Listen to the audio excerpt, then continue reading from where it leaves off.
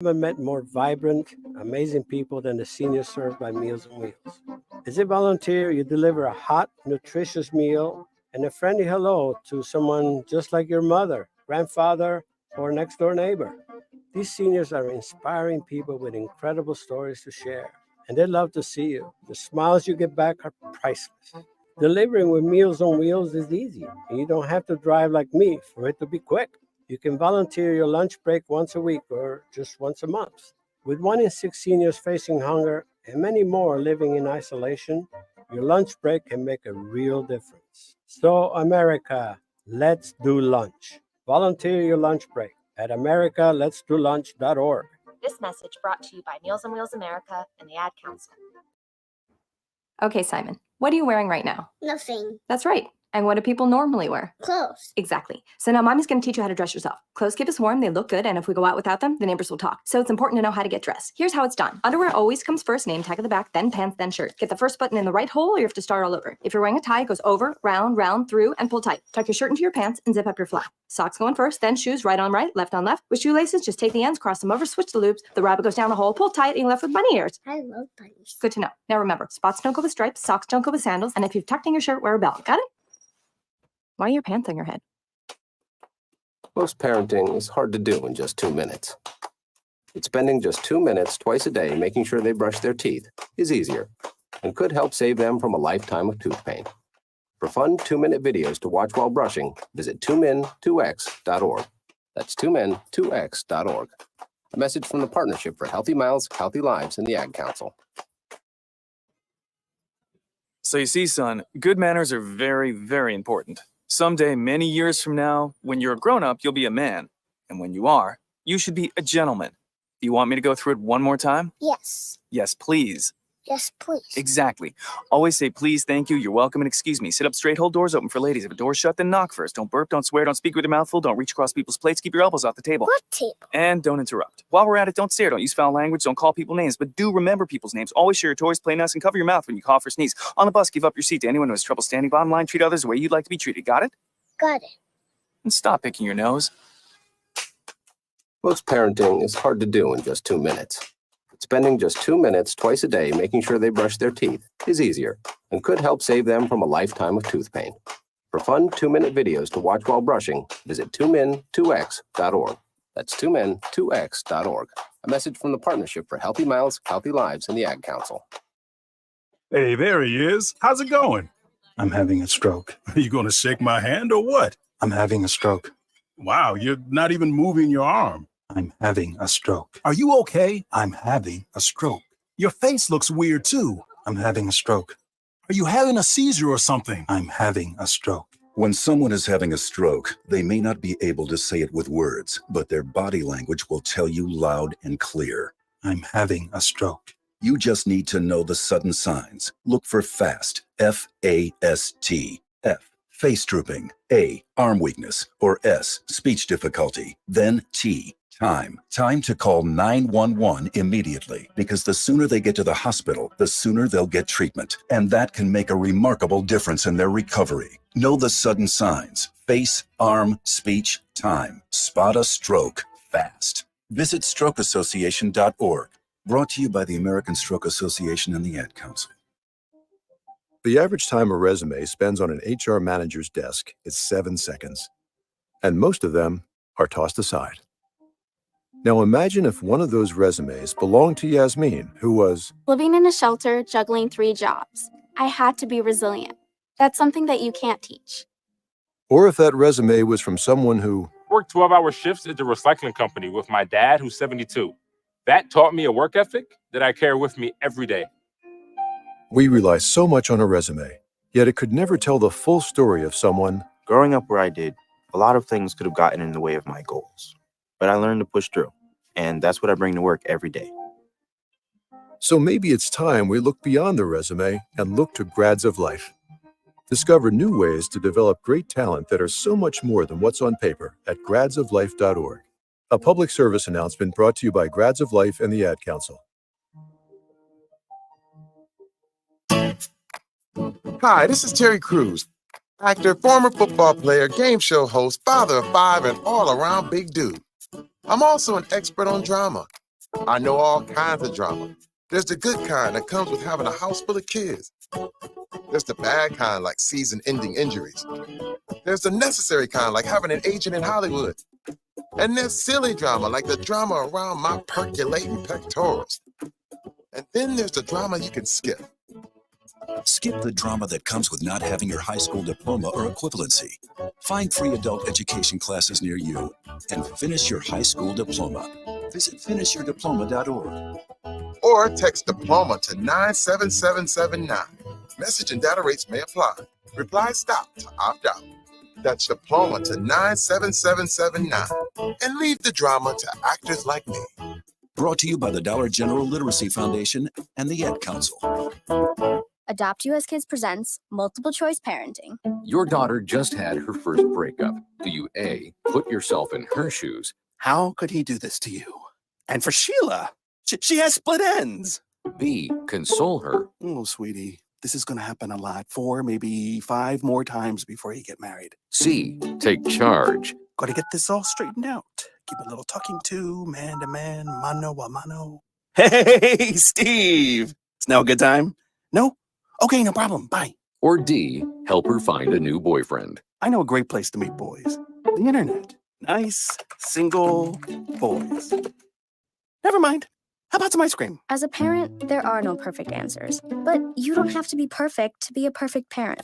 Thousands of teens in foster care will love you just the same. For more information on how you can adopt, visit adoptuskids.org. A public service announcement from the U.S. Department of Health and Human Services, Adopt U.S. Kids, and the Ad Council. It's the Worldwide Sports Radio Network. Danny Hurley rejects the Lakers' offer and will stay with UConn. Caitlin Clark left off the USA Women's Olympic team, and Kristaps Porzingis now has a rare left leg injury, and much, much more here on the Sports Loudmouth.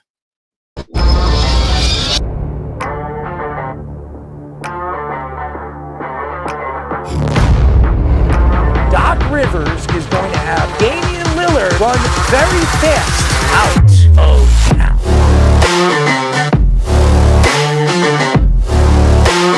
Does he help them win? You're under 500. Aaron Judge helps the Yankees win. You're paying the player $300 million. You better be sure that that guy's going to help you get over the hump.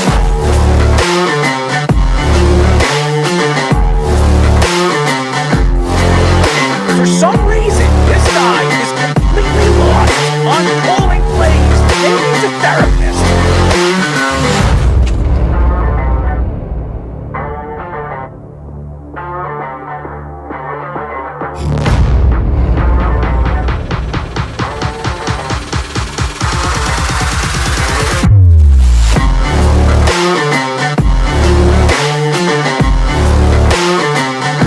Did you see Lamar Jackson cry to the referee? No, he didn't.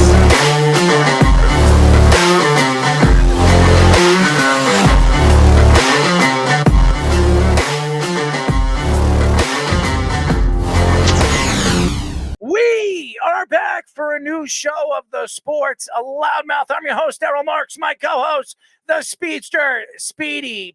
Speedy, do you have a new hat? Could you wear a different hat? I mean, you've ruined that hat. It looks like yellow. It looks like somebody pissed on it. I'm just telling you the truth. I can confirm nobody pissed on it. Oh, that's good. Maybe not your dog, somebody else's dog. Okay, no, I'm just nobody's dog pissed on it. Remember, you can call us, ladies and gentlemen, as we always tell you. You can call us at 631-676-3108. You can go to our website at www.worldwidesportsradio.com. Check out all our shows throughout the week, including the Loudmouth with me and Speedy Petey every single Tuesdays and Thursdays at 7 p.m. All you have to do to tune in and check out our local listing for all our shows is go to our website at www.worldwidesportsradio.com. Speeder, what's up, man? Well, the reason this hat is on is because all my teams have now been eliminated. There's no point in wearing the Rangers hat. There's no point in wearing the Knicks hat. So the only one I have is a Giants hat. So you've given up on your teams. Well, they're out right now. I mean, the Knicks. So you quit on them. The Knicks, unfortunately, got all the injuries. The Rangers didn't play well. He's a quitter, ladies and gentlemen. That's all I'm going to say. Don't worry. I'm not like your friend Evan, whatever his last name was, that sold his fanship of the Knicks to the great LA Lakers, who now didn't get their head coach. First of all, his name's Evan Permuta. and I had nothing to do with it, and I'm really not as close as you think I am.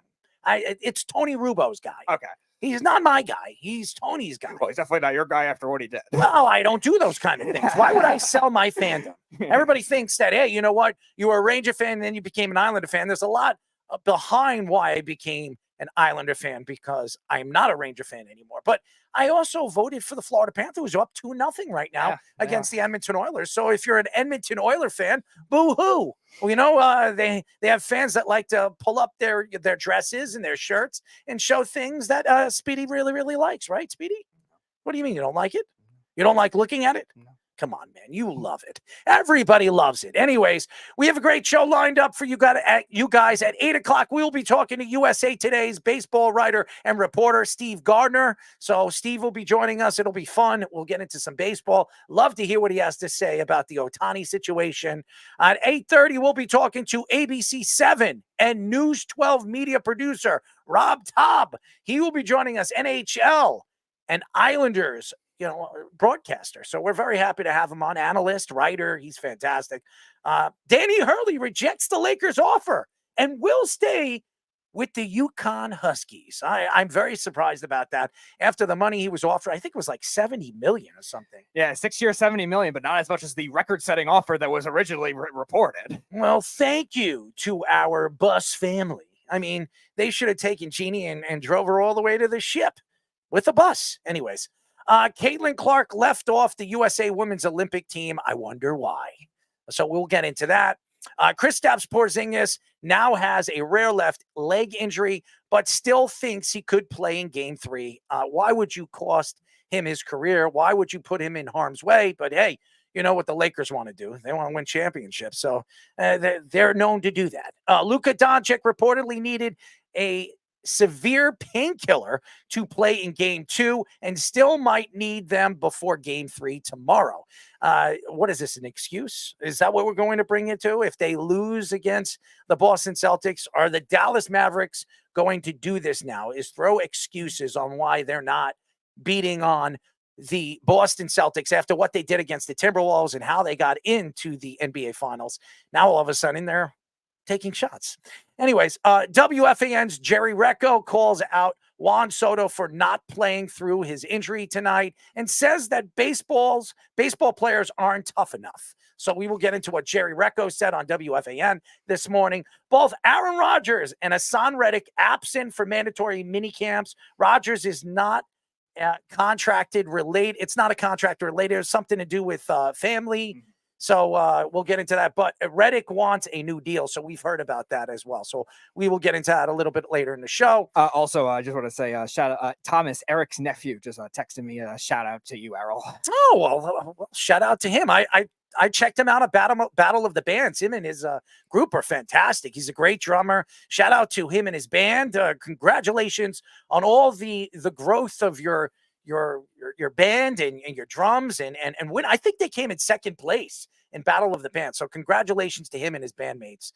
Fantastic. So Woj reports that Danny Hurley reject the Lakers offer and will stay with UConn. The Lakers offer was reportedly about 6 years and $70 million, averaging $11.6 million per year. Even Kentucky's offer to Danny Hurley was more, averaging $12.5 million per year. Woj also mentioned that the Lakers hope to have a new coach by June 26th, the day of the NBA draft. First Take Shannon Sharp said, many coaches have failed to meet expectations when coaching LeBron James. Throughout LeBron's career, only 2 out of 9 coaches, Eric Spoelstra and Tyronn Lue, did not get fired in their time coaching him. Very interesting story. And there's a lot to get into with this whole Danny Hurley thing. I was shocked. Because I thought it was going to be between 18 and 20 million. He was going to be the highest paid NBA coach in NBA history. Everybody thought that was going to happen. And then the shocker is you hear this average number last night. That's when it came out. Wojnarowski came out yesterday, I think around 9:30, stating that the offer to Danny Hurley was somewhere between 11.6 and 11.8. And then you hear that it wasn't enough. And he brought his family. Danny Hurley went down went west to check out the Lakers facilities and hang out with the Lakers and the Bus family and the organization. And it looked like they were wine and dine and pampered. That's something Danny Hurley loves. If you know anything about the Hurley family, they're a very emotional family. I know Bobby. Bobby is one of my favorite college players. Why I became a Duke Blue Devil fan in the 90s was Bobby Hurley. I loved him as a player, and he's special in my heart. And it wasn't Christian Laettner, by the way, for all the fans out there. I never liked Christian Laettner. But the shocker was when you heard about LeBron James and what LeBron James is looking for in a coach. Not the team, but what LeBron James is looking for in a head coach. And what stands out to me more than anything about who LeBron James is and what he stands for the NBA is this guy could be a coach of his own team. He could be a player's coach. They don't even really need a coach because everything is run through LeBron James. And to me, if I was Danny Hurley, out of all the teams to pick from, it wouldn't be the Lakers. And one of the main reasons why is you got to coach LeBron James, a guy that has transitioned the game, changed the game, and is smarter than everybody else on the basketball court, as he believes in everybody else, including Stephen A. Smith. But when you look at who Danny Hurley is, he's an aggressive, powerful guy behind the bench. He punches, he doesn't kick, and he wants to make sure that everybody hears him. The players, the fans, everybody. He wants to be the center of attention. He wants to be the face of that organization and that team. And when you coach LeBron James, you're not going to be the face. You're not going to be the guy that's going to throw the punches. It's going to be LeBron James. And to look at who and what the Bus family were looking at over the last couple of weeks for the coach, and you look at J.J. Redick, and he's right now in play to get the job. The reason why? Because J.J. Redick is not going to be the coach. LeBron's going to be the coach. He will be the assistant coach, sitting on the bench and agreeing with every single thing LeBron James wants him to do. It didn't work for Ham because Ham wasn't going to listen to LeBron James. It didn't work. And whenever Ham was calling out the plays, LeBron would transition and call out his plays. If you're a powerful personality and you're a big-time coach, why would you want to coach LeBron James? Now, if you want to win championships, and that's what Tyronn Lue did, and that's what has really kept him his job with the Clippers, that's what gave him the job with the Cavaliers, was because LeBron loved him, and he would do whatever LeBron James said. And LeBron is a special player. He's still a great player. He's still averaging about 25 points a game. He's still averaging about 7 assists a game and 7 rebounds a game. He's still an elite player. Is he the same player he was 5 years ago? No, he's not. Could he make the organization a championship organization with subpar players? No, he cannot. He needs players around him. He needs guys like Anthony Davis to stay healthy and play at the top of his game. That's the only way they're going to win. And we saw this year, they don't have any young talent. They really don't. They have some good players, but not young prospects that you could say, wow, if this guy plays the next 5 years, he could take over for LeBron James. He's the next big thing. They don't have that kind of player. And one of the main reasons why is because LeBron James told them to trade all their young talent. Let's be honest. If Ingram was there, would this be a different team? I believe so. I will say this. When you look at guys like Julius Randle, when you look at guys of that magnitude, Ball, when you look at guys like we just said, you have to see what LeBron James stands for, who LeBron James stands for. And to me, LeBron James stands for the NBA. He is everything to the NBA. You can say whatever you want. You can hate him. You don't like his politics. You don't like what he says about this and that. The guy is the NBA. Whatever LeBron says goes. And LeBron did want Danny Hurley. He did. He came out and he was interested in Danny Hurley coming over here and coaching him. The problem with Danny Hurley, specifics would tell you, is that LeBron James is not going to back down. He is not going to sit on the bench and listen to Danny Hurley. He's not going to do that. And Danny was not going to take a job where he believes he is the other guy. He wants to be the guy. And I came out last week and I said it best. Danny Hurley is going to take a job that he believes he's the guy. Now, he has always said he wants to coach in the NBA. He came out and said he wants to coach in the NBA. And I think he wins a third national championship, which he's on his way to doing this coming year. There are going to be teams, every single NBA team lining up for him. And everybody said, I heard on the Stephen A. Smith show, he said, why would he go to Charlotte? They stink. Why would he go to this team? Why would he go to that team? He wants to go to a team that's going to help them. He's going to be the missing piece. He's going to be the missing link that's going to take him over the top. Do you really think Danny Hurley is the missing link, the missing piece that's going to take the Lakers over the top? They need much, much more than Danny Hurley. As good a coach as he is, and he's a great, great basketball mind, his personality right now doesn't fit in the NBA. It doesn't. He's comical. He has this backlash of personality. If he goes on a basketball court and yells at another player on another team, it's not going to work in the NBA like it does in college basketball. It never works that way. Coach K, success or no success in his career as a college coach, which everybody thinks he bought his way into winning national championships. A lot of Duke haters. Coach K was offered a ton of money to go take over to coach Shaquille O'Neal and Kobe Bryant. Yes, Coach K, before Phil Jackson was brought in. And he said no. And there was a reason why he said no.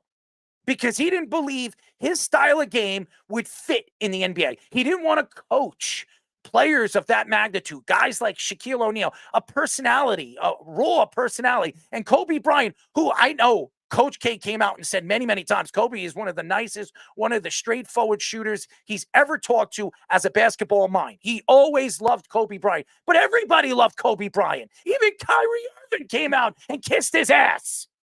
Allen Iverson came out. I don't know if anybody's checked out his YouTube, his documentary, the little documentary of story about Kobe Bryant, saying that Kobe Bryant's the best player he's ever played against, including Michael Jordan, who he played against. Everybody loved Kobe. And they're historical. The Lakers are a historical organization. Everybody looks at the Lakers and they look at Magic. They look at Kareem Abdul-Jabbar. They look, I almost said Hakeem Olajuwon. But you look at all these great players, Kobe Bryant, Shaquille O'Neal, Jerry West. I could go up and down of those rosters, those talented rosters that the Lakers have had over the years. Sensational talent. They don't have that anymore. Anthony Davis, there's conversations of trading him to Chicago. LeBron James might not even want to be there. He wants to play with his son. He has never come out over the last couple of weeks saying that he wants to play another 3 or 4 years. And when he has said that, he wants $60 million a year.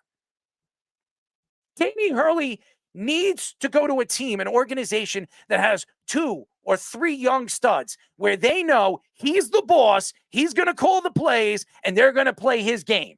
And LeBron's not going to do that. I hate to say it. As great as LeBron is, a savant of a basketball player he is, and the talent that he brings in as a player and a floor general, it's not going to work with a coach as talented and as smart and as overbearing as a Danny Hurley. Yeah, team-oriented guy, too. Like, it's a difference in a lot of these college coaches is sometimes they can be relied on their recruits a lot and be able to make it work and win national championships that way. Danny Hurley's done it, like Fish was showing on the graphic before, losing so many guys on their first championship team, and now they're going to lose 4 more guys to the NBA draft on their second championship team, and still made a roster that made it work in the Big East, which is probably the second toughest conference in college basketball, and they won every tournament game the last 2 years by double digits. Like, that kind of thing doesn't happen with just one player. And he wasn't relying on the recruiting. Like you're saying, like Duke maybe relied on the recruiting the last couple of years while his freshman. Kentucky, we were talking about Calipari, always relied on the recruiting. When it came to the big game, sometimes his teams lost.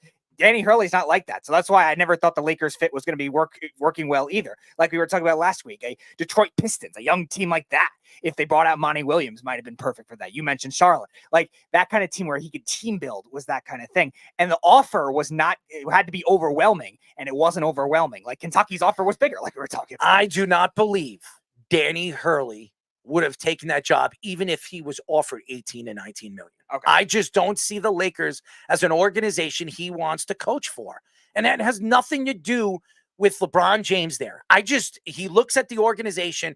They're an organization that is not up and coming. They're not an organization that's going to win tomorrow. They're an organization that's going to take at least 5 years to rebuild. And because LeBron James decided to trade away, and I say LeBron because he was the main reason why they traded away all that young talent over the last couple of years. He was the reason why. It had nothing to do with the organization and Jeannie Buss. And I think Jeannie Buss is a great owner. I think Jeannie Buss was right about this. I'm not overpaying a coach that's never coached in the NBA. He's never done that. And that's the difference right now when you look at the big picture here. Danny Hurley is still a college coach. He is not looked at as an NBA profile coach. Look at, and I've said this Billy Donovan, I've said this many times. Everybody thought Billy Donovan was going to fit in the NBA, and he looked pretty good with OKC. Yeah. But that talent there, the veterans that he had to coach over there, Russell Westbrook, it didn't work out over there. He had problems with Russell Westbrook. He had problems with some of the veterans. Sometimes it just doesn't work. It doesn't click. He goes over there to a young team like Chicago, helping develop some of the young players they have, and it still hasn't worked. And I'm going to tell you this right now, Billy Donovan's going to be looking for another job next year. He'll be coaching the Nets soon before you know it. Who knows? Or coaching back in college basketball. And he might take over for Danny Hurley if Danny Hurley decides to part ways next year after Huskies win back-to-back championships and does it something we've never seen before. So when you look at the type of advantage Danny Hurley has now as a coach, and now he's sitting pretty, he is going to have the pick of the litter. He is going to have a chance to look at Utah maybe in the future. I don't know, Denver in the future. If Denver is not going to win a championship with this talent here for the next 2 years, they might decide to part ways. The Pelicans. Yeah. There are teams out there, Memphis. Mm-hmm. There are teams out there that has a lot of good young talent. Hey, OKC, another team. Why wouldn't they fire their coach, even though their coach is one of the best coaches, one of the better young coaches right now in the NBA? Yeah. Who's to say if they don't get over the hump in the next year or two, you know what? Let's bring Danny Hurley. He could change everything.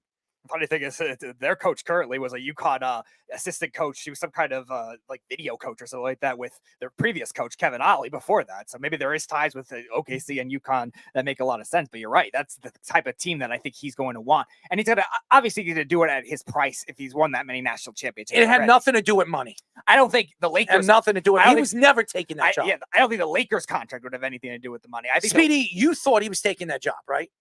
I thought if the Lakers offered him $18 million, that he would. Now, when I was speaking about it last week, I was back and forth with it. I was really back and forth with it. I thought that if the Lakers gave him $20 million, but I did come out and say, why would he take the Lakers job? I would take a younger job. I would take a team that I can work with, I can build with, and have a chance in the next 2 or 3 years to build it around my style of game. If you go over there and coach LeBron, it's all about LeBron. It's not about him. And Danny Hurley is too big of a personality. He's too a bit of a narcissist that he's not going to sit there and say, you know what?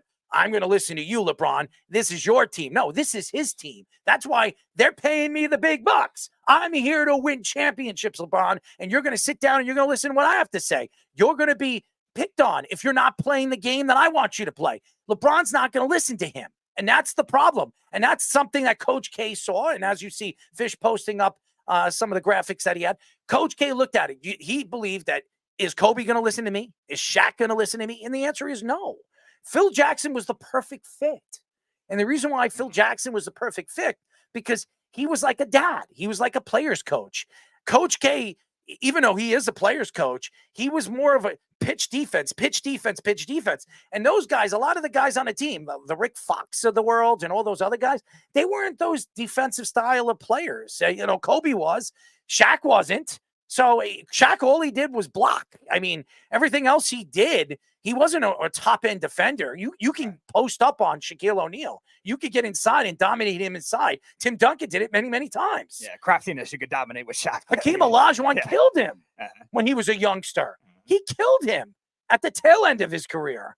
David Robinson killed him at the tail end of his career. So when you look at the defensive style of game, and that's another thing that Danny Hurley likes to preach, team defense. And LeBron is a shell of himself as a defensive player now. He's not that top defensive player he once was. He can still put the ball in the hole, and he's transitioned his game. He's a better three-point shooter, but he's not the same player he was 5 years ago. And that's why Danny Hurley's saying, you know what? I have no interest in coaching this team. I'm going to go back to UConn. I'm going to go back into winning possibly a third national championship. And when this comes around again in the next year or two, maybe I think differently. Maybe if Kentucky comes back to me in a year or two, I might take the job. Or maybe if Duke's looking for a new coach, maybe I'll take that job. So I don't know. UConn right now, they love their coach. He loves Connecticut. His wife, his family loves it over there, and he's winning. And it's all about winning when it comes to the Hurley family. I've said that many, many times. Yeah, and you also look at maybe, like you were saying, the East Coast, West Coast thing too, that might have had to do a lot with that. Because we were talking about it with Juan Soto. Juan Soto only wanted to play on the East Coast. He didn't want to stay on the West Coast with the Padres. And I also think the combination, too, of what you were saying, like after Phil Jackson retired from the Lakers, they've been rotating around a lot of different types of coaches, and it hasn't worked out. And I wonder if they've also lost a little of lust, too. Now, I don't think, like you're saying, I don't think Jeannie Buss is a bad owner, but like you wonder if they lost that lust that they had in the 2000s when he was there with Kobe and Shaq. And LeBron also will add into that as well because of his stubbornness. He's gotten 7 coaches fired. And Tyronn Lue, let's be honest, is he really a great coach? I mean, he's a good player, coach, relationship-wise. Is he really a great coach? There's a good and a bad and an ugly when it comes to coaching LeBron James, okay? And the fact is,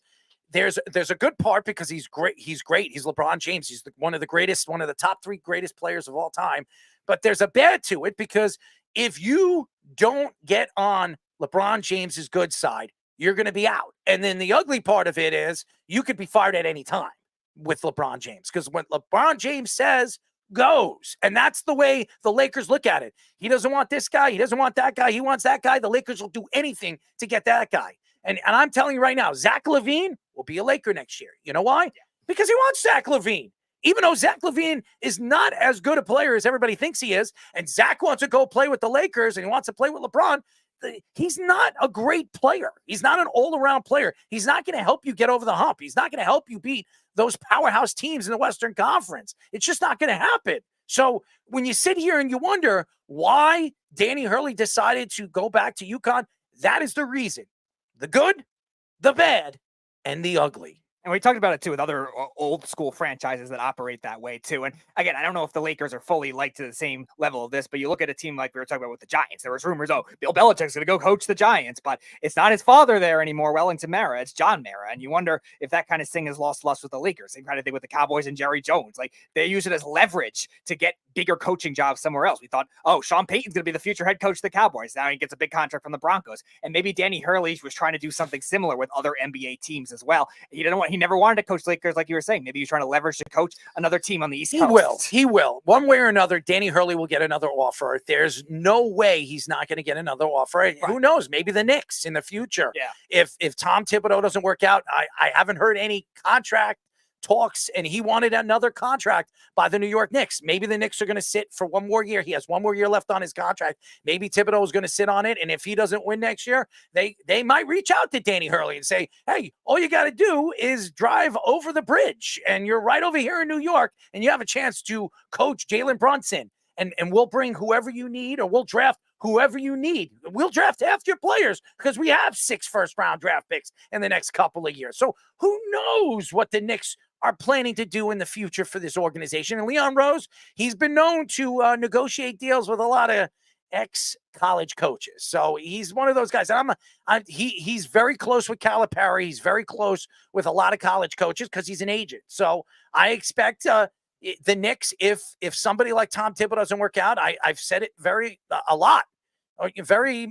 many times that the Knicks are going to look at guys that are big-time players, coaches. And a guy like Danny Hurley, I think, is a big-time players coach. But is he the players coach that you want to bring into an organization that has a superstar like LeBron James? USA Today's Christine Brennan reports that Caitlin Clark will be left off the team. Team USA's Olympic World women's basketball team. Brennan also called it the worst team and athlete selection in 40 years that she's covered in the Olympics. USA Basketball Committee chair Jen Rizzotti said that experience was a factor in not selecting Clark. Diana Taurasi said that Clark will be just fine and that the Olympic basketball team is different than the WNBA. Both Taurasi in 2004 and Candace Parker in 2008 made the Olympic team as a rookie. On the men's side, Christian Laettner made the 1992 Dream Team while still in college, and Anthony Davis made the Olympic men's roster in 2012 before he played in the NBA. To me, a lot of the reasons why Caitlin Clark did not make this team was because of everything that's going on right now in the WNBA. I'm going to tell you this, and listen, Jeff, you could say whatever you want and whatever. Okay, he doesn't like Caitlin Clark. Most people have their own thoughts about Caitlin Clark. Caitlin Clark has been attacked in so many different ways in the WNBA because of what she stands for and what she's bringing. She's bringing in fans. She's bringing in different people around the country that are not interested in the WNBA. They're interested in NBA, the NFL. People are wearing her jerseys, actually buying advertisements and sponsorships that she's promoting on national television. She's the reason why the WNBA is taking off this year and growing astronomically. Those are the facts. And Diana Taurasi, she doesn't like Caitlin Clark. I don't know if anybody remembers. If you watched the national championship, Taurasi and I wasn't sure. Was it Candace Parker? It was Sue Bird on her show, but then Sue Bird has come out and said that she detracted those comments after. But Taurasi was one of many different ex-professional or WNBA players that have come out and taken shots at Caitlin Clark that she's not good for women's basketball. Why? Because Taurasi isn't the center of attention. She's no longer one of the faces of women's basketball. And Taurasi is 40 years old. And she's growing as a mom. And she wants to obviously leave the WNBA as one of the greatest basketball players of all time. And when you have a girl like Caitlin Clark that's driving more fans to the stadiums, more fans to the seats, and she's not doing it anymore. She's not that consistent, offensive, talented player she once was. And she has been the face of United States basketball for many, many years, taking over for Lisa Leslie. That's something that really bothers women like that because personally, it's all about personality. It's all about, the narcissism of the talent that you are as a player. You grew up in the WNBA. You grew up as a sensational college player. And Taurasi, we all know about what Taurasi did in college basketball and what she's done in the WNBA. And Caitlin Clark never won a national championship in the WNBA in college. And she still hasn't really taken her talent to that next level in the WNBA to win a WNBA championship. But she's still a rookie. And I can consistently say, when you look at her numbers and you look at guys like Steph Curry, their numbers are identical their rookie seasons. But I believe she was left off because nobody on that women's team wanted Caitlin Clark on a team. Nobody wanted her on that team because of what she is doing and how they think that she's ruining or hurting the game of basketball. And it's really, they're just afraid that she's going to be the center of attention for the USA women's Olympic team. That's the facts. They don't want her there because she's going to be the center of attention. That's it.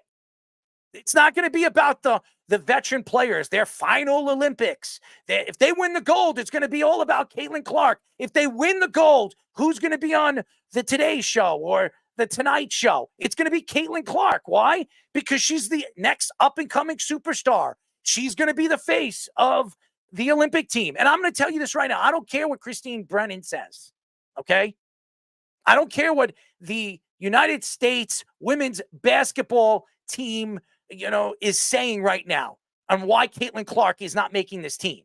She's not making this team for the fact that none of those girls want her there. They don't want her there, and they don't want her to be the center of attention.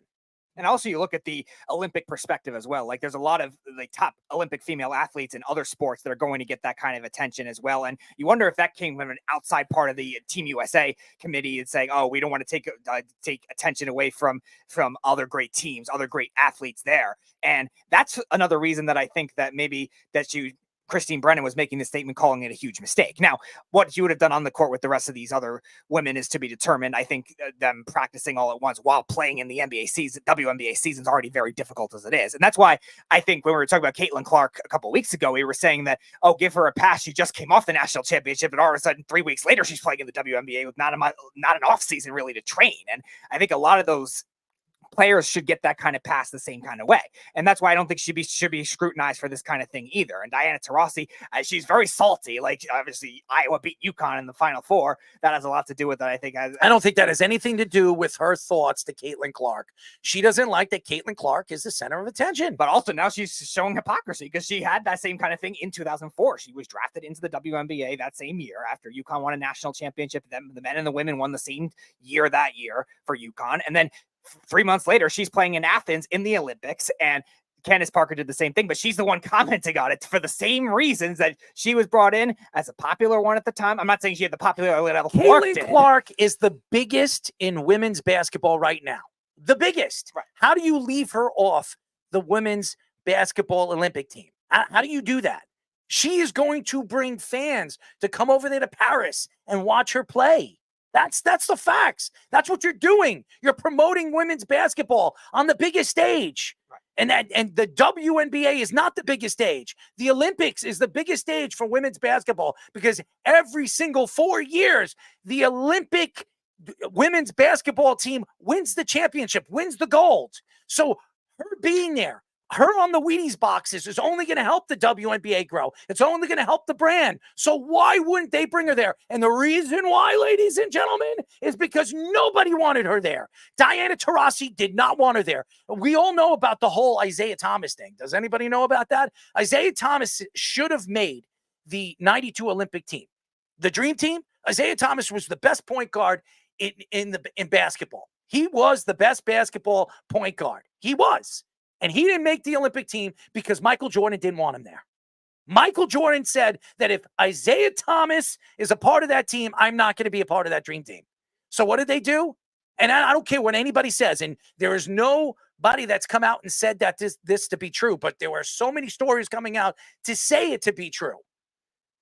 The reason why Isaiah Thomas was left off of that team was Michael Jordan. Those are the facts. And Diana Taurasi and all those other women, all the veteran women that have been dealing with this whole Caitlin Clark spectacular, they're all sitting here and saying, you know what? I don't want her.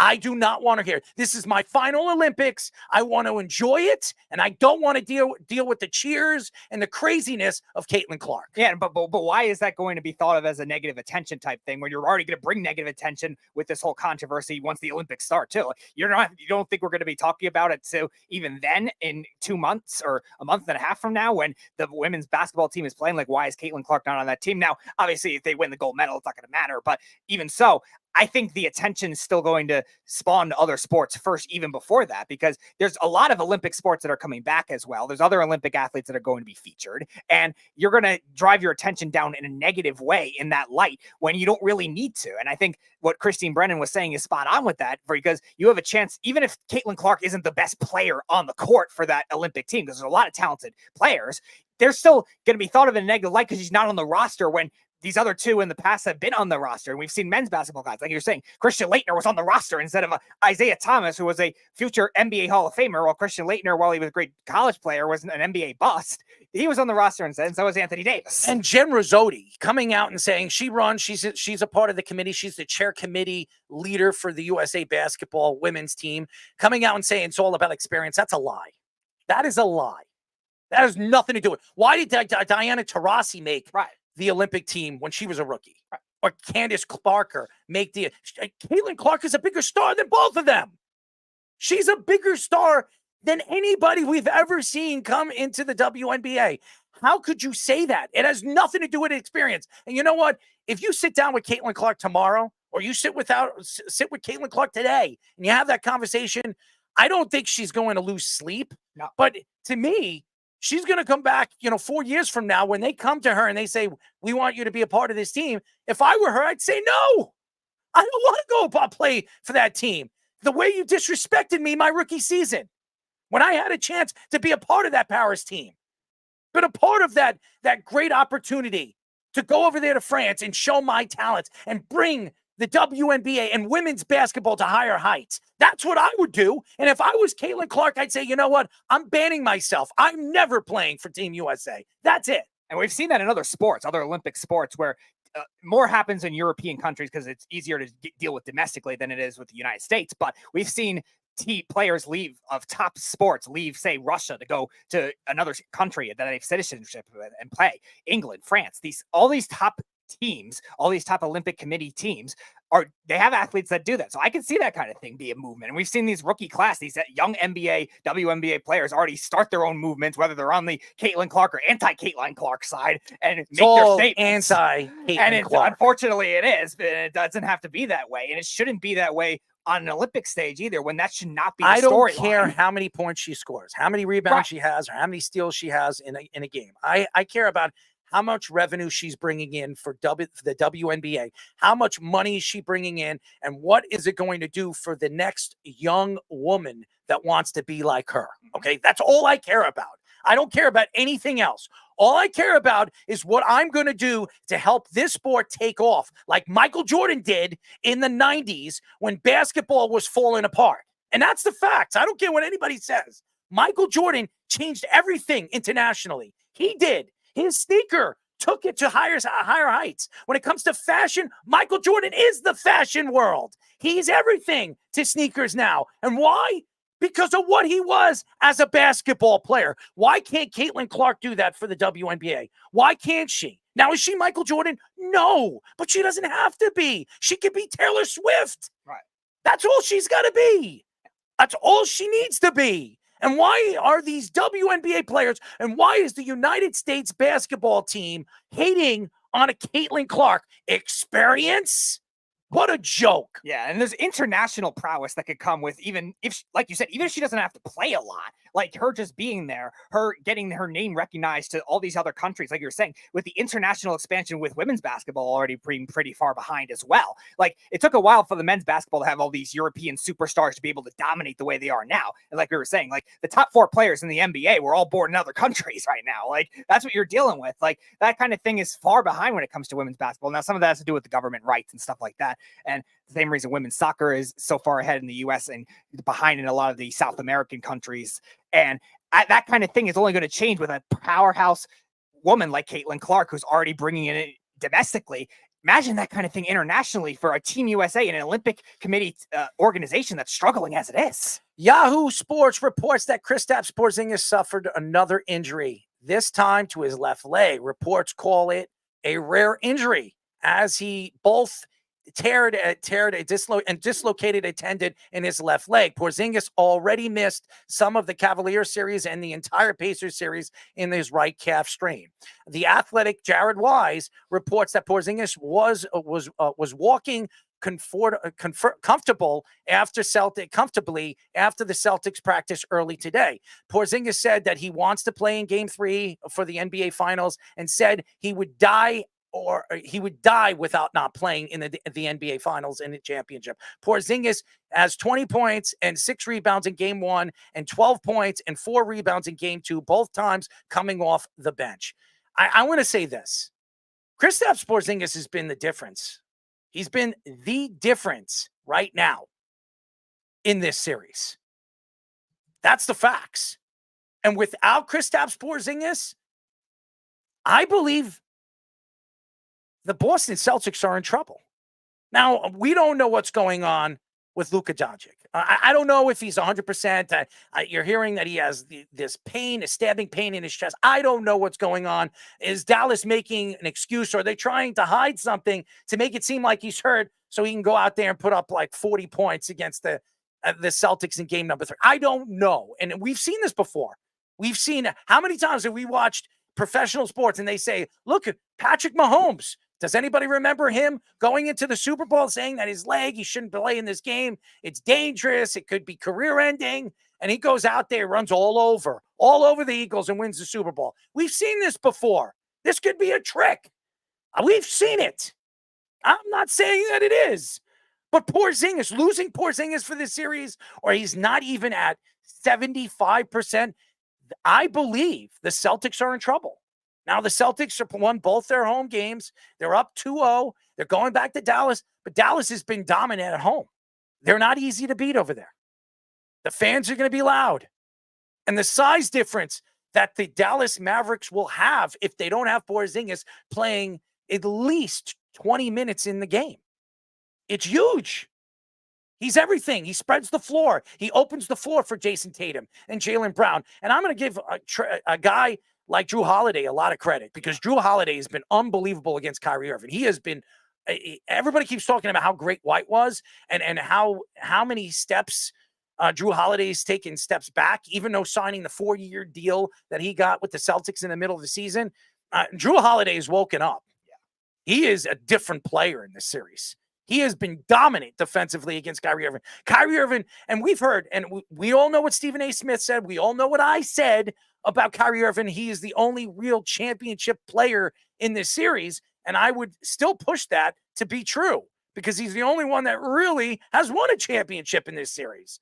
But I believe that Drew Holiday, who has won a championship with Milwaukee, and people forget about that, he is the difference maker defensively. If he could stop Kyrie Irving like he has, and Luka Doncic isn't 100% healthy, it's been a big problem. It's been a big problem for the Mavericks and the dominating force that they have been throughout the playoffs. Now, if Porzingis is gone, it opens up a lot for Luka Doncic, because Luka Doncic has not been very good getting into the paint. And when he gets into the paint, especially Kristaps Porzingis, when he gets into the paint, he can't do those things that he did against the Timberwolves. Even Rudy Gobert is one of the better defensive players at his position in the league. Rudy Gobert couldn't stop Luka Doncic, but Porzingis in this series, in the first 2 games, he would not get into the paint. He's forcing shots on the outside. He's been afraid to get into the paint, maybe because of Porzingis' athletic ability, or just the fact that he knows Kristaps Porzingis and what he can do defensively as well as he can do offensively. And I'm going to tell you this right now. If Porzingis can't go in game number 3, or he can't go fully in this series, I'm going to say the Mavericks are going to come back and win this series. It's interesting because we have to see how healthy he's going to be, and it looks like he's walking comfortably. That does not mean he's going to be able to defend like he's been defending in this series inside either. And that's where I think Dallas has to go back to a lot of the things they were using against OKC to come back in that series. Remember, they were down 2-1, and then they started having their big guys really dominating inside, because Chet Holmgren, while he is a great player, is a very lean big man, and their power, their front court depth is not as good as their back court depth. And you saw PJ Washington be arguably the second best player in that series after Luka, and you saw Daniel Gafford. You've seen all these other guys really dominate. Derek Lively's been very good at certain points in the playoffs as well. That's the matchup I think they have to take advantage of. Attack Porzingis right away. And I'm listening. I'm reading what everybody's writing right now. I'm reading Keith. I'm reading Jeff. I'm reading Snug say, oh, they got all the way to the finals without Porzingis. Who did they beat? Who did they beat? The Cleveland Cavaliers with no Donovan Mitchell? Who did they beat? Oh, I'm sorry. They beat Indiana, who didn't have Haliburton for the last 2 or 3 games. That was such a dominant win. Who did they beat? They beat nobody. And then the Dallas Mavericks, they had a hard way all the way to the Western Conference Finals, all the way. Yeah, top 3 seats. To the NBA championship. And right now, they're down 2-0. And by the way, you said the Heat. The Heat didn't have Jimmy Butler. Yeah. Okay? If the Heat had Jimmy Butler, did the Celtics beat him? That's the facts. Maybe, but it's a tougher series. They don't the Celtics do not beat him if Jimmy Butler. And even so, Jimmy Butler could wear him out very easily too. Those other series might be harder. Cleveland's a tough defensive team. Like that kind of thing is not going to be as easy as it was the same way it would be. And Dallas has to really take advantage of that physically now too. We were talking about it last week with Joe Mazzulla versus Jason Kidd as a coach. Jason Kidd, while he has definitely been a good coach, there's definitely been thoughts of, all right, sometimes he relies on his players too much. Now he has to attack with these other big guys. His front court definitely finally have to be able to make that kind of thing work because now they have an advantage inside. Porzingis, like we talked about too, is not always this amazing raw defender either. He's a good rebounder, like decent shot blocker, but he's not somebody that, especially with all the injuries, moves as laterally too either. And that kind of thing, I think, can also be something that can be attacked with these younger big men as well. You know, it's so interesting. Before we get, and it's probably Jeff. It is Jeff. Before we get Jeff on, because I'm sure he has his own thoughts, and again, he claims he's a Knicks fan when he's not a New York fan. He is a Celtic fan. We all know all about Boston and what he stands for. And he says there's no way Boston loses this series. I disagree. I think the fact that Boston doesn't have Porzingis in this series could change everything. Porzingis has been the difference in this series. No question. In the game one, why did they dominate the way they did? Because Porzingis spread the floor, opened up the floor for everyone. And by the way, Drew Holiday has been unbelievable defensively against Kyrie Irving. But again, even in game number 2, before he got hurt, Porzingis was all over the place. All over the place. So go ahead, put Jeff on. All right, Jeff, have at it. Right. Here's the problem with what you're doing, okay? You're correct. The Heat did not have Jimmy Butler. You'd be correct. Donovan Mitchell played, but he got hurt 2 or 3 games into the Cavs series. Same with Tyrese Halliburton. He played the first 2 games, and then he got hurt, and then he was out. But what you're not doing while you're doing that is also saying the Celtics were playing shorthanded. They were. No Kristaps Porzingis. So the Celtics shorthanded beat another shorthanded team. But yet you won't want to give credit to the Celtics for doing that. You only want to say, oh, well, they beat that team, but that team wasn't full strength. Where neither were the fucking Celtics. Who did they beat, Jeff? Who did they beat? The Heat. The Celtics should have ran all over the Heat without Jimmy Butler. They ran all over the Cavaliers. They should have beaten Cavaliers, even with Donovan Mitchell and even with Halliburton, Indiana. That was the easiest way to the NBA championship. Are you kidding me? Look at what the Mavericks did. Say what you Look want. what the Mavericks did. That's true. No, the Mavericks have had a harder path. There's no denying that. And I'm not denying the West is better than the East anyways. Yeah. So the West is going to be a harder path to the championship anyways. But what you're doing is you're going, well, this team didn't have that guy. Well, the Celtics didn't have Porzingis. The entire playoffs. What they did in the playoffs has entirely been without Kristaps Porzingis, and they've only lost 2. Count them. 1, 2 total games the entire playoffs. Okay, and they had Drew Holiday last year, right? They had Drew Holiday last year, right? I don't think they did. Did they have Drew? They did not. They didn't have Drew Holiday last year. Okay, so what has Drew Holiday done for them this year? He's been terrific for him. First team all What defense. has he done? He's been amazing. First team all defense. Drew Holiday's been great for them. Okay, that's what I'm saying. He's been unbelievable. That's what I'm saying. So even without Kristaps Porzingis, if you look at their team last year, and they went all the way to the Eastern Conference Finals, they lost against Jimmy Butler and the Miami Heat, and Miami did not get over the hump to win the championship against Denver. We all know what happened. We look at Porzingis right now. If Porzingis, and I'm not taking shots at the Celtics. You think that I'm taking shots at the Celtics? I'm just saying it was an easy path. No, I'm saying it was an easy path.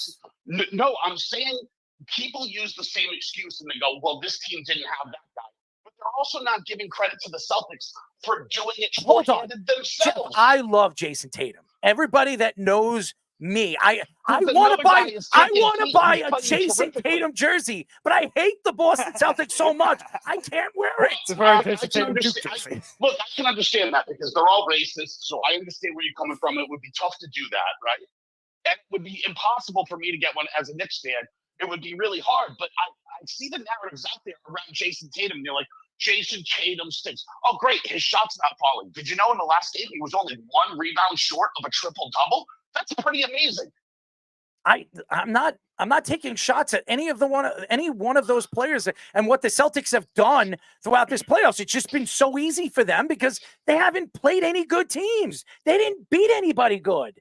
There was nobody that they faced you can say were that, any but good. They've been shorthanded, right? But they've been shorthanded as well. And I'll tell you this, Jeff.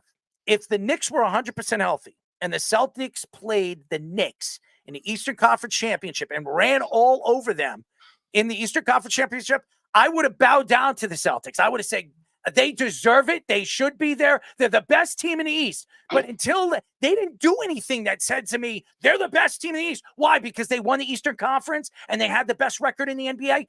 Who did they play? I'll tell you, right, you keep going. Right, you keep going. You keep going. Who did they play? But I'll give you something that's impressive, right? And it's about the last game.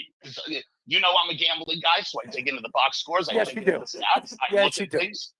Who was the worst three-point shooting team in all of the NBA this year? They had a 34.9 three-point shooting percentage. Let me guess. The Boston Celtics? No, they were one of the best ones all year. I don't know. The team that shot the three the worst was the Portland Trailblazers at 34.9%. Okay. The Celtics in game 2 shot it at 33.9%. They were worse than the worst shooting team in the three-point shooting team in the NBA all year and still won game 2 going away.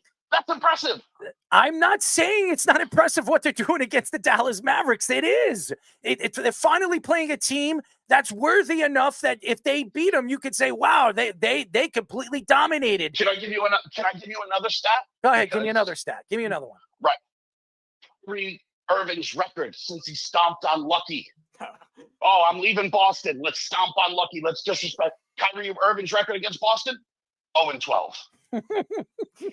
Classic Kyrie Irving. Well, he thinks the earth is flat. I thought he was brainwashed by the Brooklyn Nets. Look, we call them the Brooklyn Nuts. That's what if some of the things that had been done came out of the mouths of Celtics players, you would blame the Boston Celtics players for riling up the other team, right? Yeah. Or you'd blame Boston after. Kyrie Irving says, "Oh, the building's not that loud." They come out and they boo the shit out of him, and he plays terrible for 2 games. How are you going to say the building isn't loud when you play like shit? No, Why listen. don't you concentrate on maybe making Derek a couple Lively of said that shots? too. Listen, I've said this over and over and over again. Kyrie Irving's going to get killed. Every time he goes to that Boston arena, he is going to be killed because of what he is and what he stands for. He didn't help out the Boston fans when he was there, and he's surely not going to help the Boston fans when he leaves there. He's been the biggest reason the Mavericks haven't played well at all. Him. Yeah, because he's been the biggest reason. And the reason why the Celtics are playing as well as they are is because of what Drew Holiday is doing to him in this series. Yes and no, because if you go and look through 2 games, Drew Holiday has only guarded Kyrie Irving 13 times with the ball. So that's not a lot either. So it's team defense because, as you know, Drew Holiday was first team all defensive team. Do you know who was second point guard for all team? Derek White. There you go. And once those 2 guys roll off him, what are you going to put Kyrie Irving up against 6'10" Jason Tatum? That's a terrible matchup for him. What are you going to make him go inside and try to drive on Al Horford? That seems dumb because his shot will get blocked. What, Jaylen Brown, who's just been eating defenders in the playoffs? No, Jaylen Brown's been sensational, and he's been as good as I've seen Jaylen Brown play in the Eastern Conference Finals and the Finals in all the years that he's been in the NBA. He's been unbelievable. He really has. I'm not taking shots at what the Celtics have done to the Dallas Mavericks. It's incredible. Like when you, no, it's not, Jeff. That's what you're thinking. No, it is. No, it's not. It is. No, it is. It's been an easy way for them to get to the finals. No, because when you only point out what the other team has been missing, and not it's really structured. also pointing out that what the Celtics That was years ago. Then you're not fighting it on even ground. The Celtics played the last 3 games against Indiana with only 1 center on their roster, and Al Horford, because Luke Cornett sprained his wrist. How about some credit to Tillman and Springer and those guys who stepped in for missing 2 big men? Listen, again, the Celtics are where they're supposed to be right now on top. This series is not over, and I don't believe it's over. I don't. It's very clearly over when you still win games, when you shoot the ball like the Portland Trailblazers, because eventually that's going to run out, and they're going to get back to being the best 3-point shooting team, and the Mavericks won't be able to keep up. I'm interested to see what's going to happen in the next couple of days and where this series is going to lead. But right now, It looks like Luka Doncic isn't 100% healthy. This painkiller ejection thing, I think it's an excuse. I think that the Dallas Mavericks need to keep this hush-hush, because what's going to happen if they do get dominated and they do lose this series? Oh, Luka wasn't 100% healthy. It's going to make them look like a stupid organization. It's going to make them look really, really bad. The dude's still scoring 35, dishing 10, getting 10 rebounds, and they're saying he's hurt. 32, 11, 11. Yep.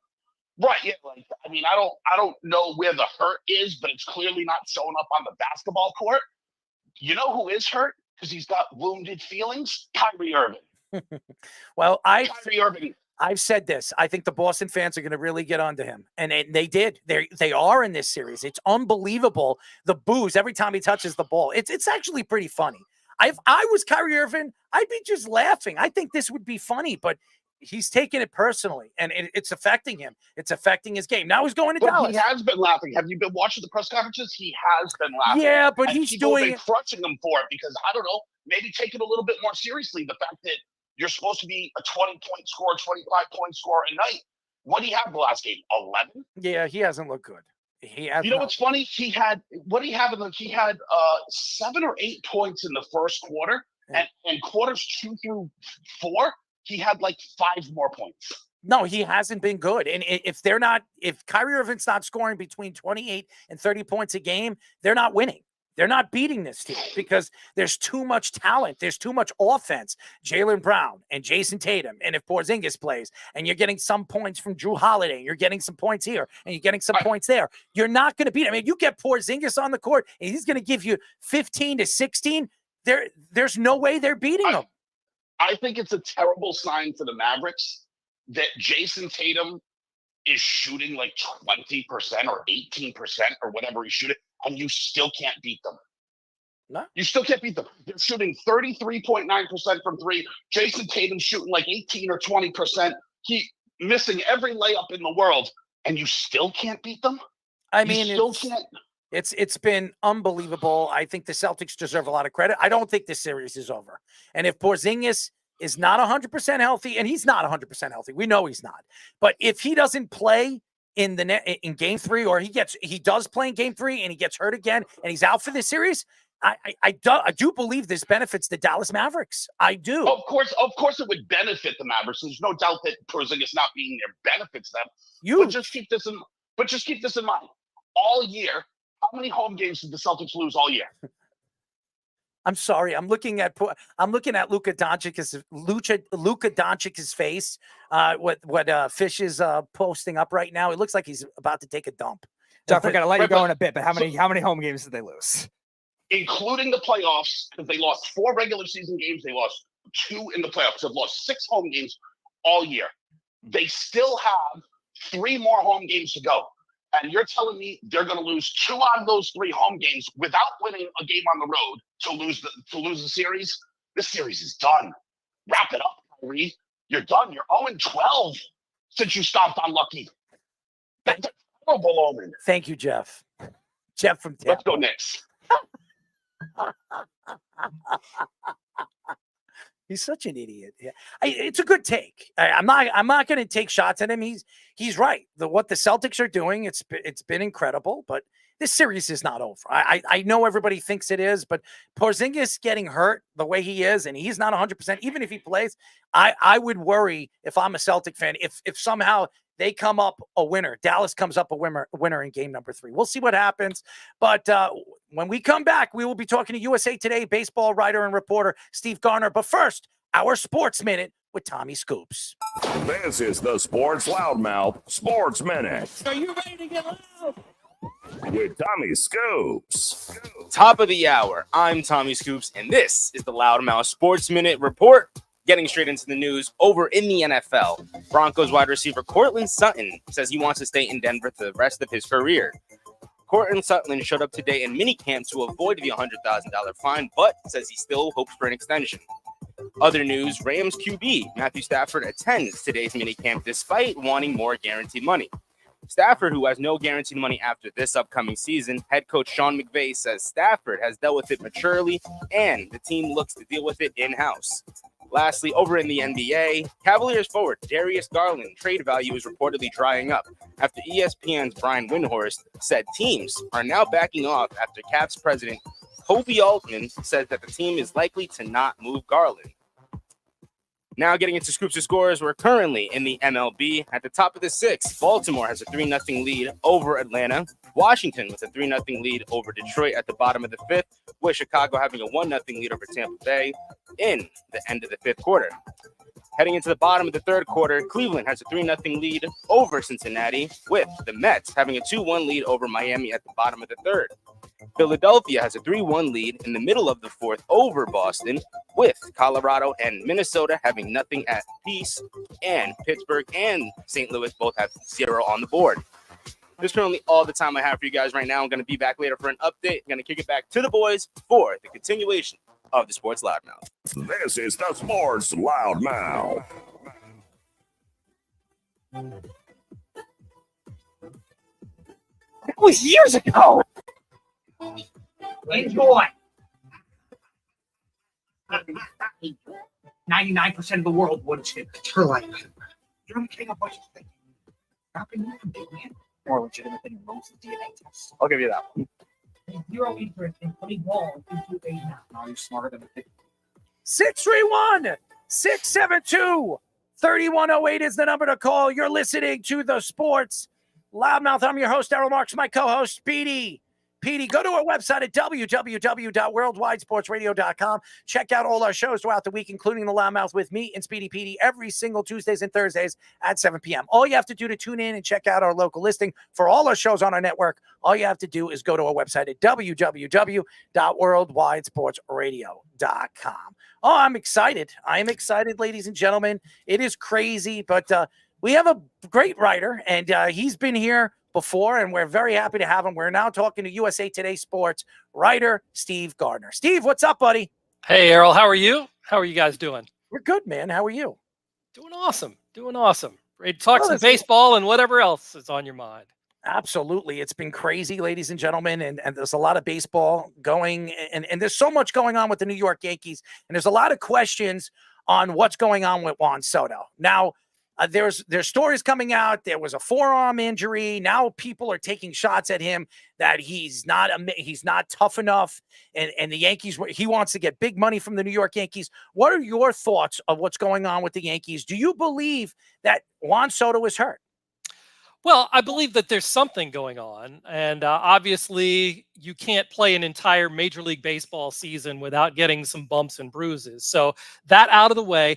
Apparently, it is a forearm issue that he's been dealing with for a couple of weeks, but you'd never know it by his performance on the field. I mean, he's still been, one of the best players in baseball this entire season. So, I mean, what did he took a weekend series off against the Dodgers to try and, recover and get better. Was in the lineup last night as the DH, and Aaron Boone seems to indicate that he's going to move him into the lineup, into the outfield, slowly. But, I mean, in terms of New York athletes that have had injury questions and questions about their desire to play, I have to say that Juan Soto has to be so far down that list, especially with what he's done already this season. So what are your thoughts about all the pitching injuries throughout the year? We heard Tony Clark come out and blame the pitch clock and a lot of these other things that have going on. And there's a lot of major injuries to major pitchers that have been happening. No, it's definitely an epidemic, and I think it just is a product of what we ask these pitchers to do, and that's throw 100 miles an hour basically every time they're out there, or spin the ball some incredible number, 3,500 RPMs on breaking pitches. It's just a different game than Tom Seaver and Bob Gibson and Nolan Ryan played, and teams know that if you don't have a guy go, more than 6 innings, you generally have some guys in the bullpen who can bump it up to 100 and come in and shut the opposition down. And it's so hard to hit a baseball these days. No matter what, baseball tries to throw in some rules to improve the offense. Pitchers are just so damn good. It's really hard. And because they're throwing max effort all the time, that's when you get injuries. Steve, speaking of pitching, the New York Yankees have been dominant right there. I mean, Marcus Stroman, he comes to the Yankees. He's pitching. His ERA is closer to 3. I mean, before all these guys, you had Clark Schmidt, before he got hurt, he was pitching in the 3s. Cortez is pitching in the 3s. You have this guy, Heel. He's pitching a 1.87 ERA.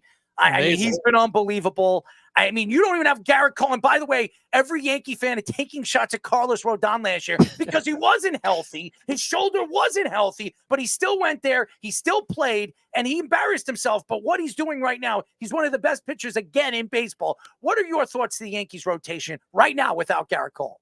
Boy, it's really scary to think what they could be when Cole does come back. But yeah, you mentioned Luis Heel has been one of the best pitchers in all of baseball this year. And I don't know that anybody, even the most ardent Yankee fans, ever saw that coming. So you have him, you have Carlos Rodon, you have Clark Schmidt, you have Nestor Cortez. As you mentioned, these guys are pitching really well. The Yankees are hitting well.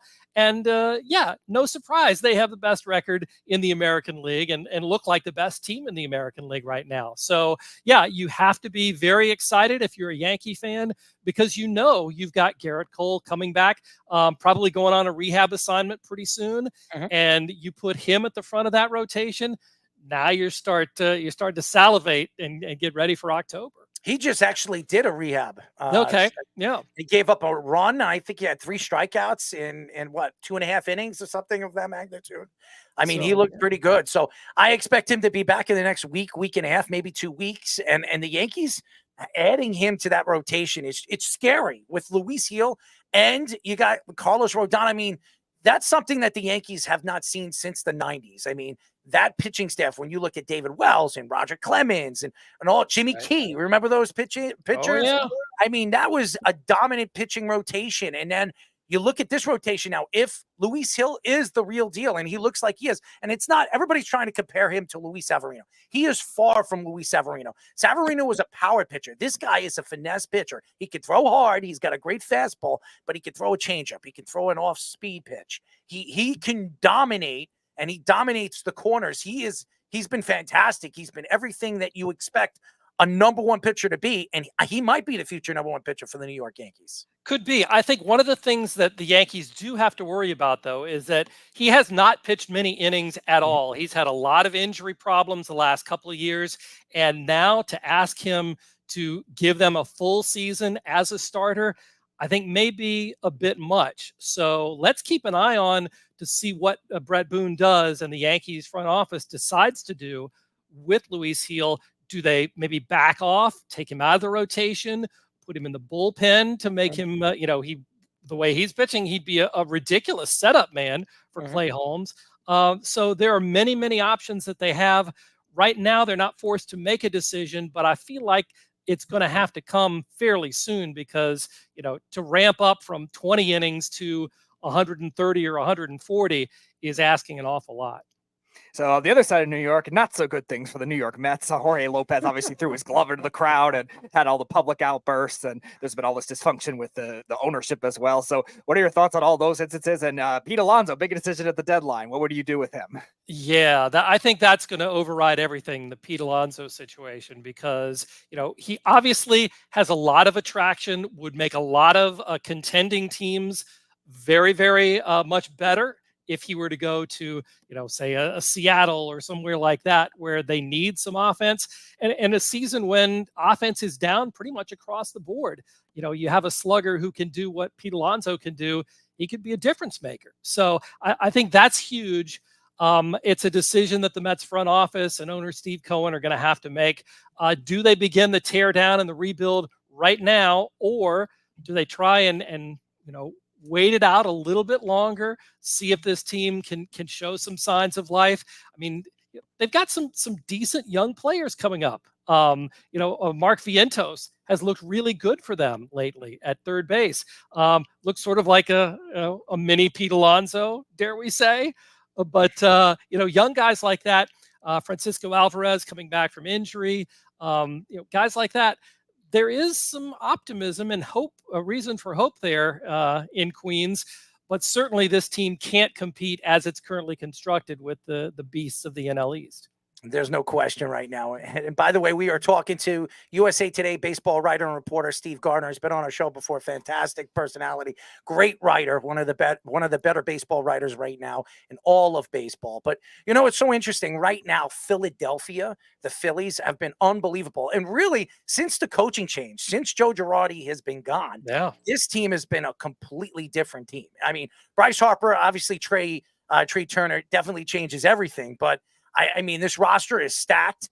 This pitching staff has been unbelievable. Wheeler is one of the best pitchers in baseball. There's no question. I'm sure the Mets are itching their heads why they decided to let him go, among other things. What are your thoughts on the Philadelphia Phillies and what they've been putting up over the last couple of years? Yeah, especially I thought, it looked like a two-team race in the East with Atlanta and the Phillies.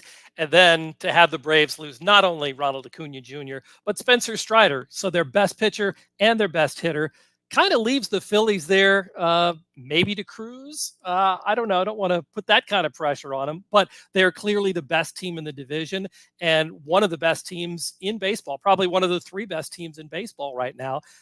And you talked about Zach Wheeler, who's been fabulous.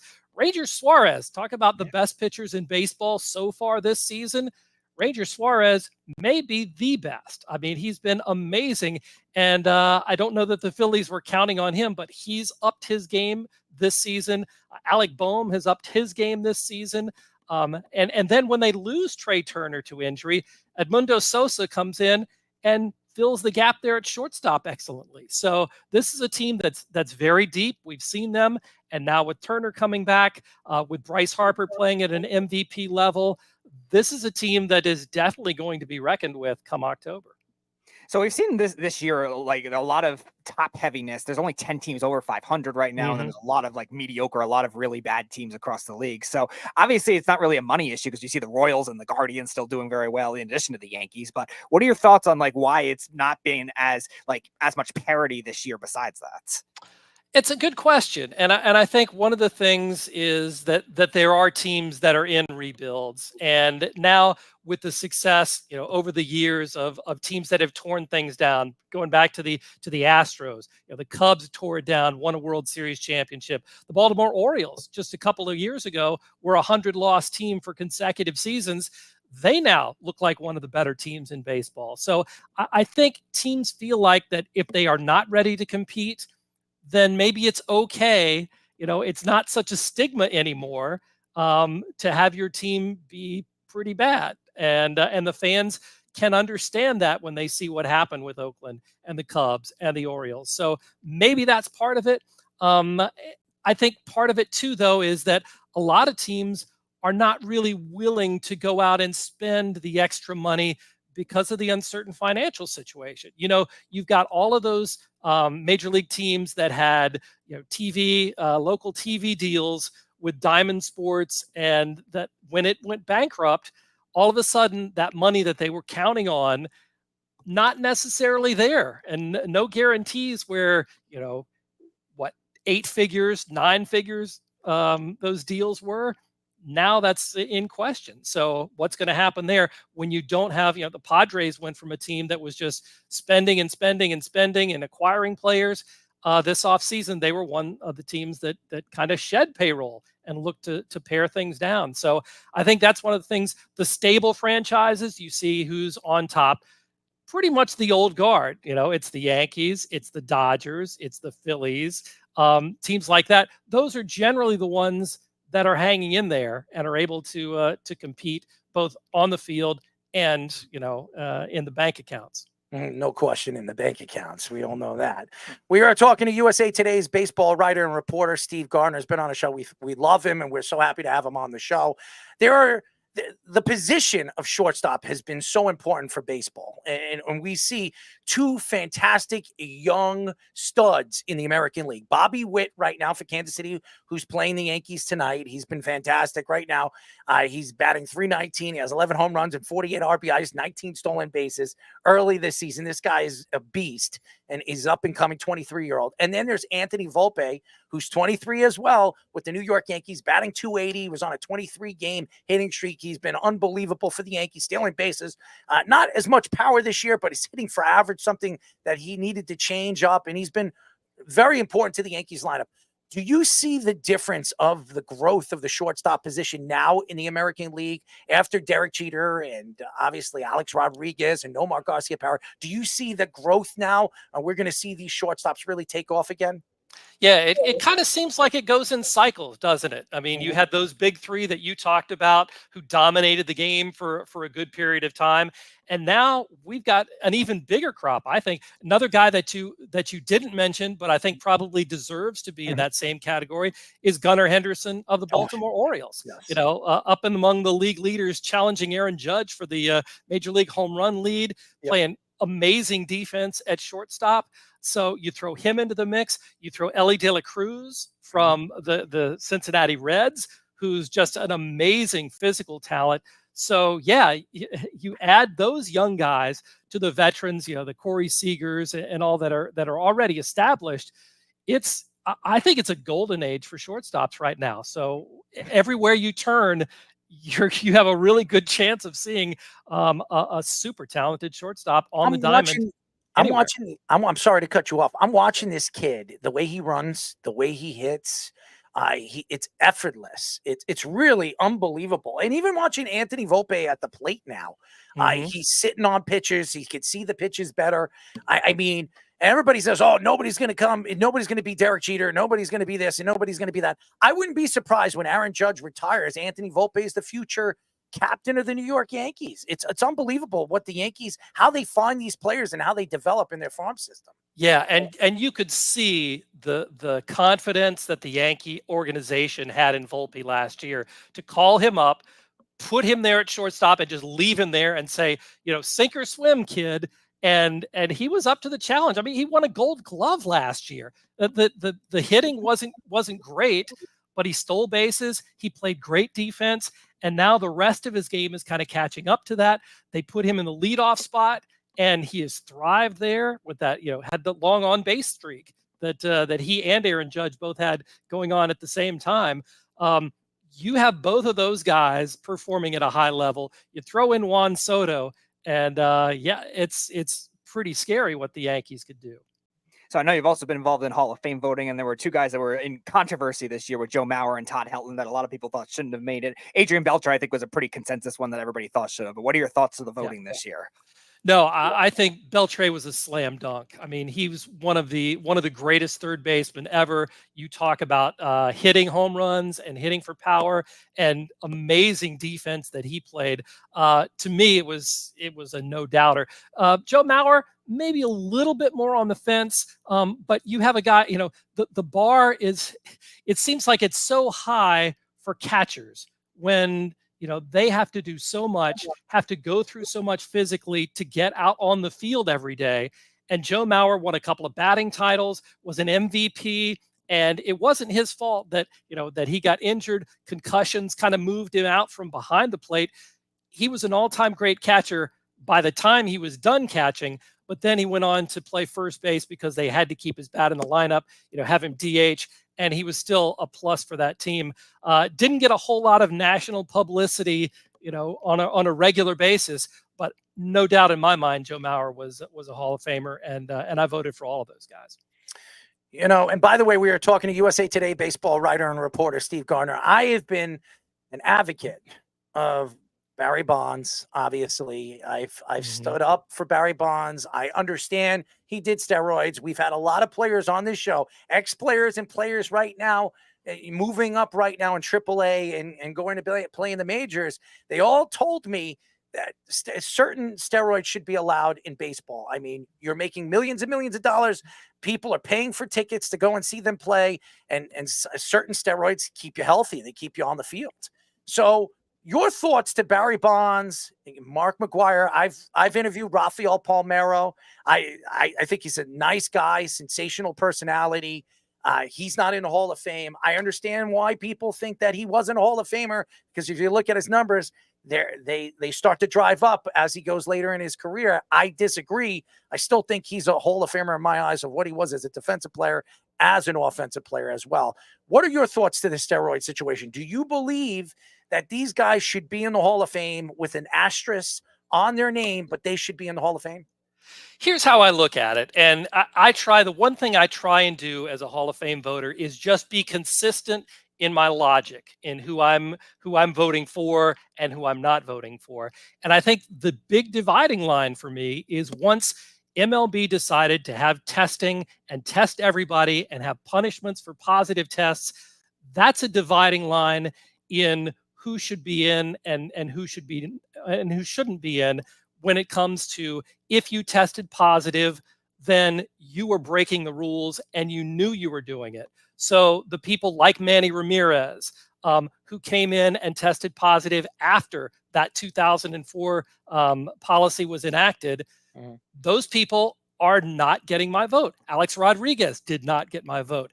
However, before that, I felt like Major League Baseball was just as complicit as the players in having steroids be such a big part of the game. The players benefited, Major League Baseball benefited, and so there was no reason to change. So for that reason, Barry Bonds before that, Mark McGwire before that, Sammy Sosa before that, those guys to me, perfectly fine to vote them in. In fact, I voted for Barry Bonds the first couple of times when I just first got a vote while he was still on the ballot. And I voted for Sammy Sosa as well, because neither one of those guys ever had a positive drug test. David Ortiz was somebody who was kind of on the borderline. Again, there was that survey testing before the rules were enacted. He was doing it. Where, and that's even if he was, that's my point. Even if he was, it was before Major League Baseball got serious. And once they got serious, no positive test for Big Papi after that. So for me, I have a clean conscience in voting for him as well. So one of the other controversies in baseball has been the sticky substances. It was more prevalent last year than we've seen this year. But speaking of sticky, Speedy, you like sticky things. I do not like it on my hands, like a lot of these pitchers that have been caught, like our friend Max Scherzer that is now caught and now winning a World Series, doing absolutely nothing. But nevertheless, what are your thoughts to the way that Major League Baseball has handled the sticky substances last year in comparison to this year? I think one of the things Major League Baseball has to find a way to give pitchers an ability to grip the ball and be able to have a little bit of tackiness to the baseball, whether that's allowing some sorts of substances like rosin or developing what they do like in the Japanese leagues, kind of a special baseball that has that tackiness to the leather. I think it's important to be able to have that kind of control for pitchers. But if you overdo it, and some pitchers have been caught with an inordinate amount of sticky stuff on their gloves, you got to draw the line again. And MLB, I think, has done a decent job of letting everybody know where that line is and then enforcing those rules to where it's not as huge of a big deal as it was maybe a couple of years ago. Stop crying about it. All these, let it be. I don't understand. This has been going on forever. It's been going on in the 50s, the 60s, the 70s. Everybody finds a way to cheat. Everybody's trying to get one over on the other guy. Stop this. This is ridiculous. I don't understand. And you know what? Rob Manfred is a joke, okay? Because he's always trying to find something to change the game, but he doesn't realize that the game was fine the way it was. So what is he doing?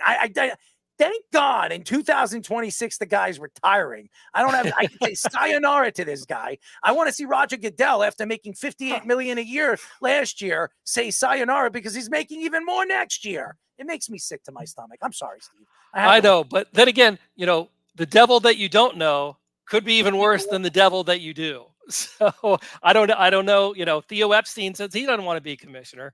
Who are they going to get in 2026? You can get me. I mean, you can there you go. I'll be sure. I mean, I could bring what do they call them? The Banana Romano, whatever the hell they are. The Savannah Savannah Bananas. I'll bring those guys. They can help me out, and we can, add some of their rules to the game of baseball. Then they really think I was a joke. But guess what? I'll put fannies in the seats, and that's all they care about. It's all about the mucho dinero when it comes to baseball. There's no question. And I don't care what the players say. Stop with this 144 games. And by the way, I love you, Mike. Mike Trout I'm speaking to. Mike, I love you. I think you're a sensational player. It's a shame where you are in your career because you can't stay healthy. Why even bring up some of the stuff that nobody cares about anymore? You bring up the steroid thing, nobody cares. Nobody wants to hear about it anymore. He brings up all these things. Worry about your own team. If you don't like it there, get traded. Stop saying these things.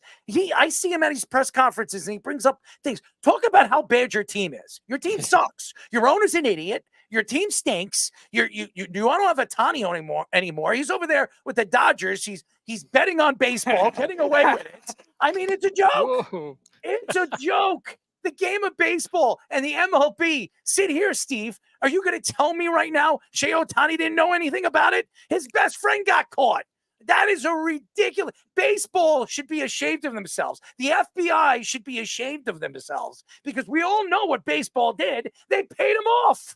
That's what they do. Whoop-de-doo. And that's what I'm going to say about baseball. Baseball, just like everybody else, it's all about their stars, protecting their stars. You know what I'm going to say about baseball? Stop it. If you're going to protect your stars, then every single one of those guys that were doing steroids, which you were allowing in Mr. Bud Selig, should be in the Hall of Fame and should be bowed down because baseball wouldn't be where it is today without him. That's all I'm going to say about that. Whew. And by the way, why isn't George Steinbrenner in the Hall of Fame? Bud Selig is. Why the hell is George not there? Makes me sick.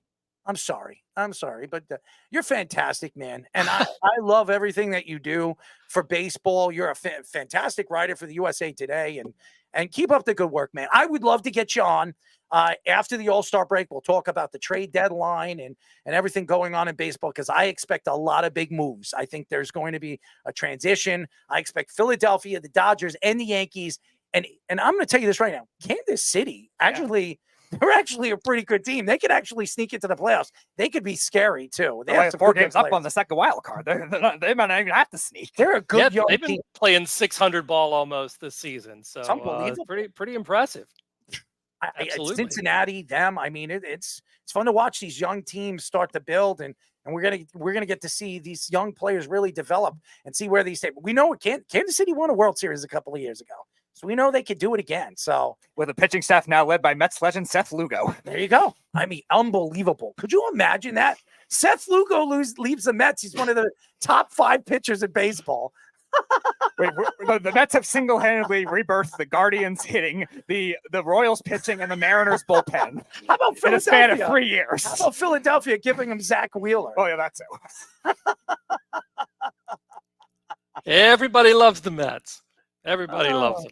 Well, they have a good farm system for every other team on their own.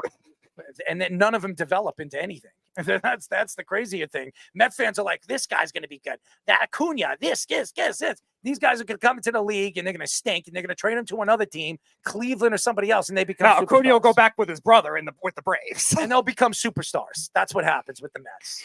Doesn't make any sense. Anyways, Steve, we love you. Keep up the good work, and we'll talk to you soon, buddy. Hey, thanks so much. Appreciate it, guys. Take care. Steve Gardner. He is fantastic. He's fantastic, Speedy. I love him. I love his personality. He knows everything. And his takes in baseball, fantastic. Love him. When we come back, ladies and gentlemen, I love this guy too. And he is just growing as an analyst. He's working for ABC 7, News 12 Media, producer, Rob Taub. And by the way, he's an NHL guy and an Islander guy. And that's why I love him even more. When we come back, Rob will be on the show. But first, our Sports Minute, again, with Tommy Scoops. This is the Sports Loudmouth Sports Minute. Are you ready to get loud? With Tommy Scoops. 8:35 p.m. I'm Tommy Scoops, and this is the Loudmouth Sports Minute Report. And getting straight into it, over in the NBA, JJ Redick is back in the Lakers head coaching mix after the UConn head coach Dan Hurley turned down the Lakers yesterday. LA sets their eyes back on Redick, and as he said that he will make a decision after this year's NBA Finals. The Heat are interested in landing veteran point guard Russell Westbrook. Other teams expected to be interested in him this season are the Bulls, the Thunder, and the Nets. And switching over lastly into the MLB, the Diamondbacks all-star shortstop Geraldo Perdomo is set to return from the injured list. After having meniscus surgery after just 7 games into the season, Perdomo is set to return tonight at 9:40 p.m. against the Angels. Now it's Scoops of Scores, where I'm going to give you the rundown of the scores going on, and the Yankees have a 2-0 lead over Kansas City at the bottom of the second inning. At the bottom of the seventh inning, Baltimore has a 4-0 lead over Atlanta, with Detroit having a 4-3 lead over Washington at the bottom of the seventh as well. Also, while still in the bottom of the seventh, Chicago has a 2-0 lead over Tampa Bay, Cleveland with a 3-1 lead over Cincinnati in the top of the sixth. Miami and the Mets are both tied at the top of the fifth with 2 apiece. Philadelphia has a 4-1 lead over Boston at the top of the sixth, with Colorado and Minnesota having nothing apiece at the bottom of the fourth. At the end of the fourth inning, Pittsburgh and St. Louis both have 0, with Toronto having a 1-0 lead over Milwaukee at the top of the second. That is currently all the time I have for you guys right now. I'm kicking it back to the boys for the continuation of the Sports Loudmouth. This is the Sports Loudmouth. Yeah, because the word jizz is really structured. Men in Black memory erase. Let's not. Not something I think about. Who the hell are you? Don't hear a Wu-Tang title dog. Evolution. I like more glazed. Good for you. I don't know. I would hope that I'm king of what's thinking.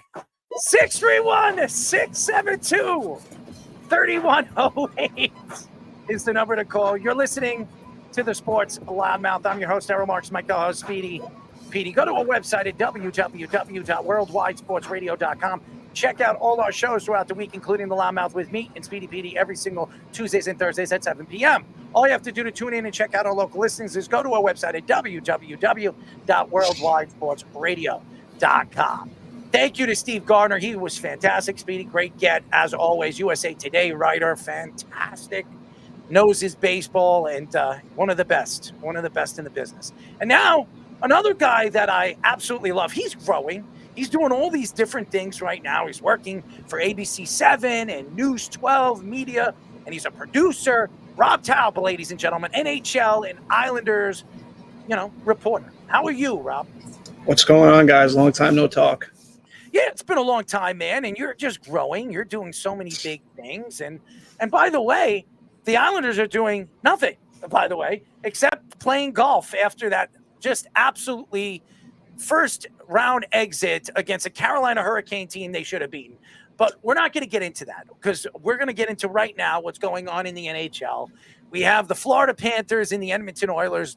Connor McDavid, the superstar, the biggest superstar right now in hockey, against arguably the best team in the NHL, who everybody picked to win the Stanley Cup after last year's debacle in the Stanley Cup Finals against the Vegas Knights. What were your thoughts when you saw these teams get into the finals? And who do you think, even though Florida's up 2-0, do you think Edmonton has a chance to come back? And who do you think going into this series had the advantage in the series? Well, one, I wasn't surprised that the Florida Panthers are where they are now. I mean, they probably were the best team in the league. No disrespect to the Rangers. I thought the Florida Panthers were the best team in the league all season long. And you saw it in the playoffs. They've been laser focused since day one, since they lost. Even going back to the Stanley Cup final last year, like you said, they fell apart in the Stanley Cup final, and they lost to Vegas. And ever since then, they've just been rolling. And I'm not surprised to see them here. I'm really not. I mean, I don't want to say that if they win, that you could potentially start to think of them as a possible dynasty as the years go along. They'd have to win another. They'd have to win this one first and then win another one. But just the past couple of years, they were the best. They were the President's Trophy winner 2 years ago, and then last year, yeah, they made it by the skin of their teeth. But they ended up knocking off the Bruins in that historic series, and then they just rolled from there, and they made it all the way to the Cup. So, not surprised to see Florida. They're stacked from top to bottom. Alexander Barkov, one of the best players in the league right now. They've got depth, they've got defense. They're nasty. They'll get in your face. They're never out of a game. They're not intimidated.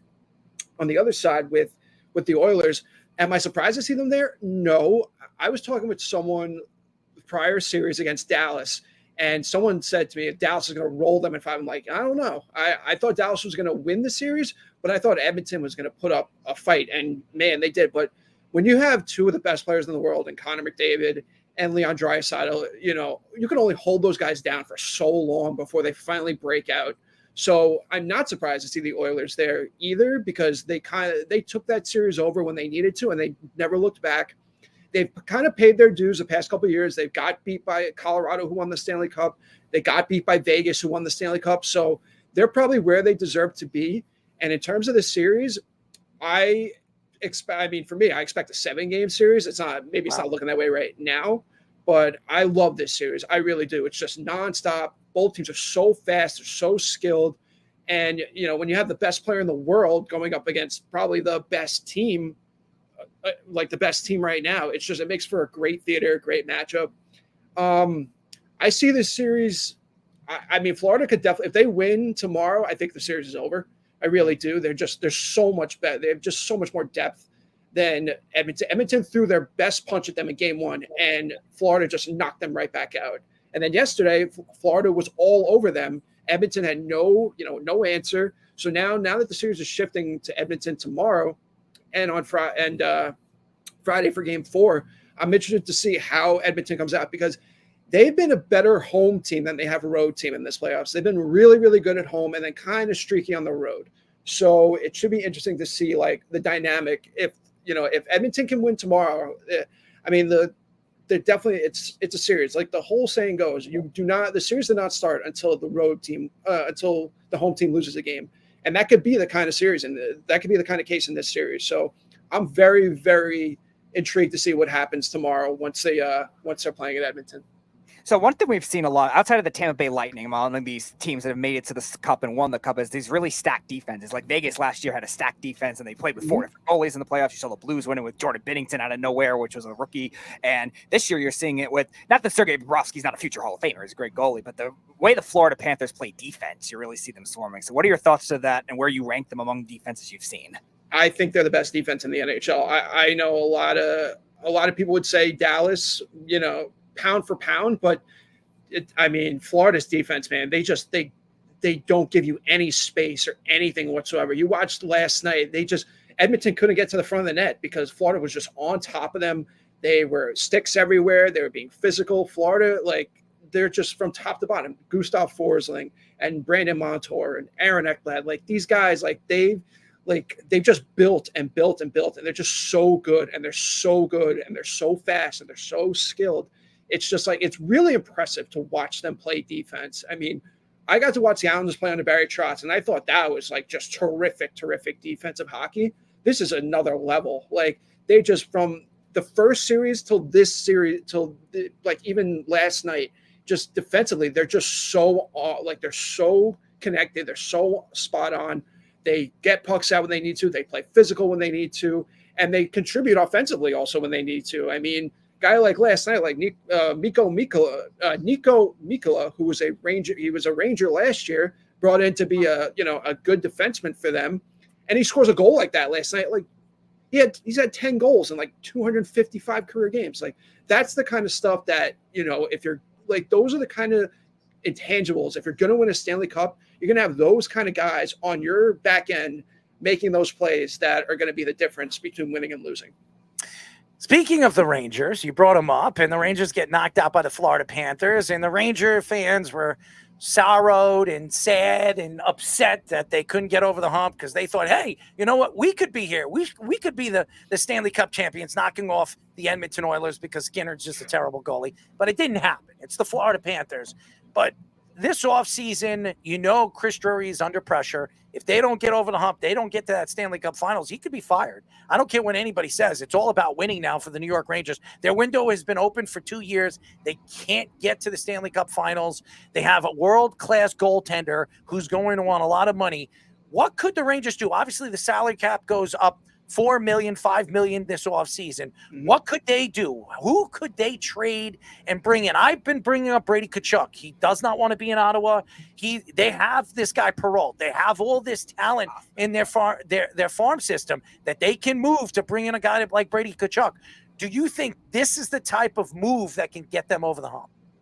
I think it's definitely the type of move that can get them over the hump, but you have to have two teams that want to make that deal. And I don't see Ottawa at all wanting to make any deal of that nature because Brady Tkachuk, they see as their future, like he's their future guy who's going to lead them to the playoffs. So I can't, like, of course Tkachuk's name is going to be out there. It's always out there when it comes to the Rangers.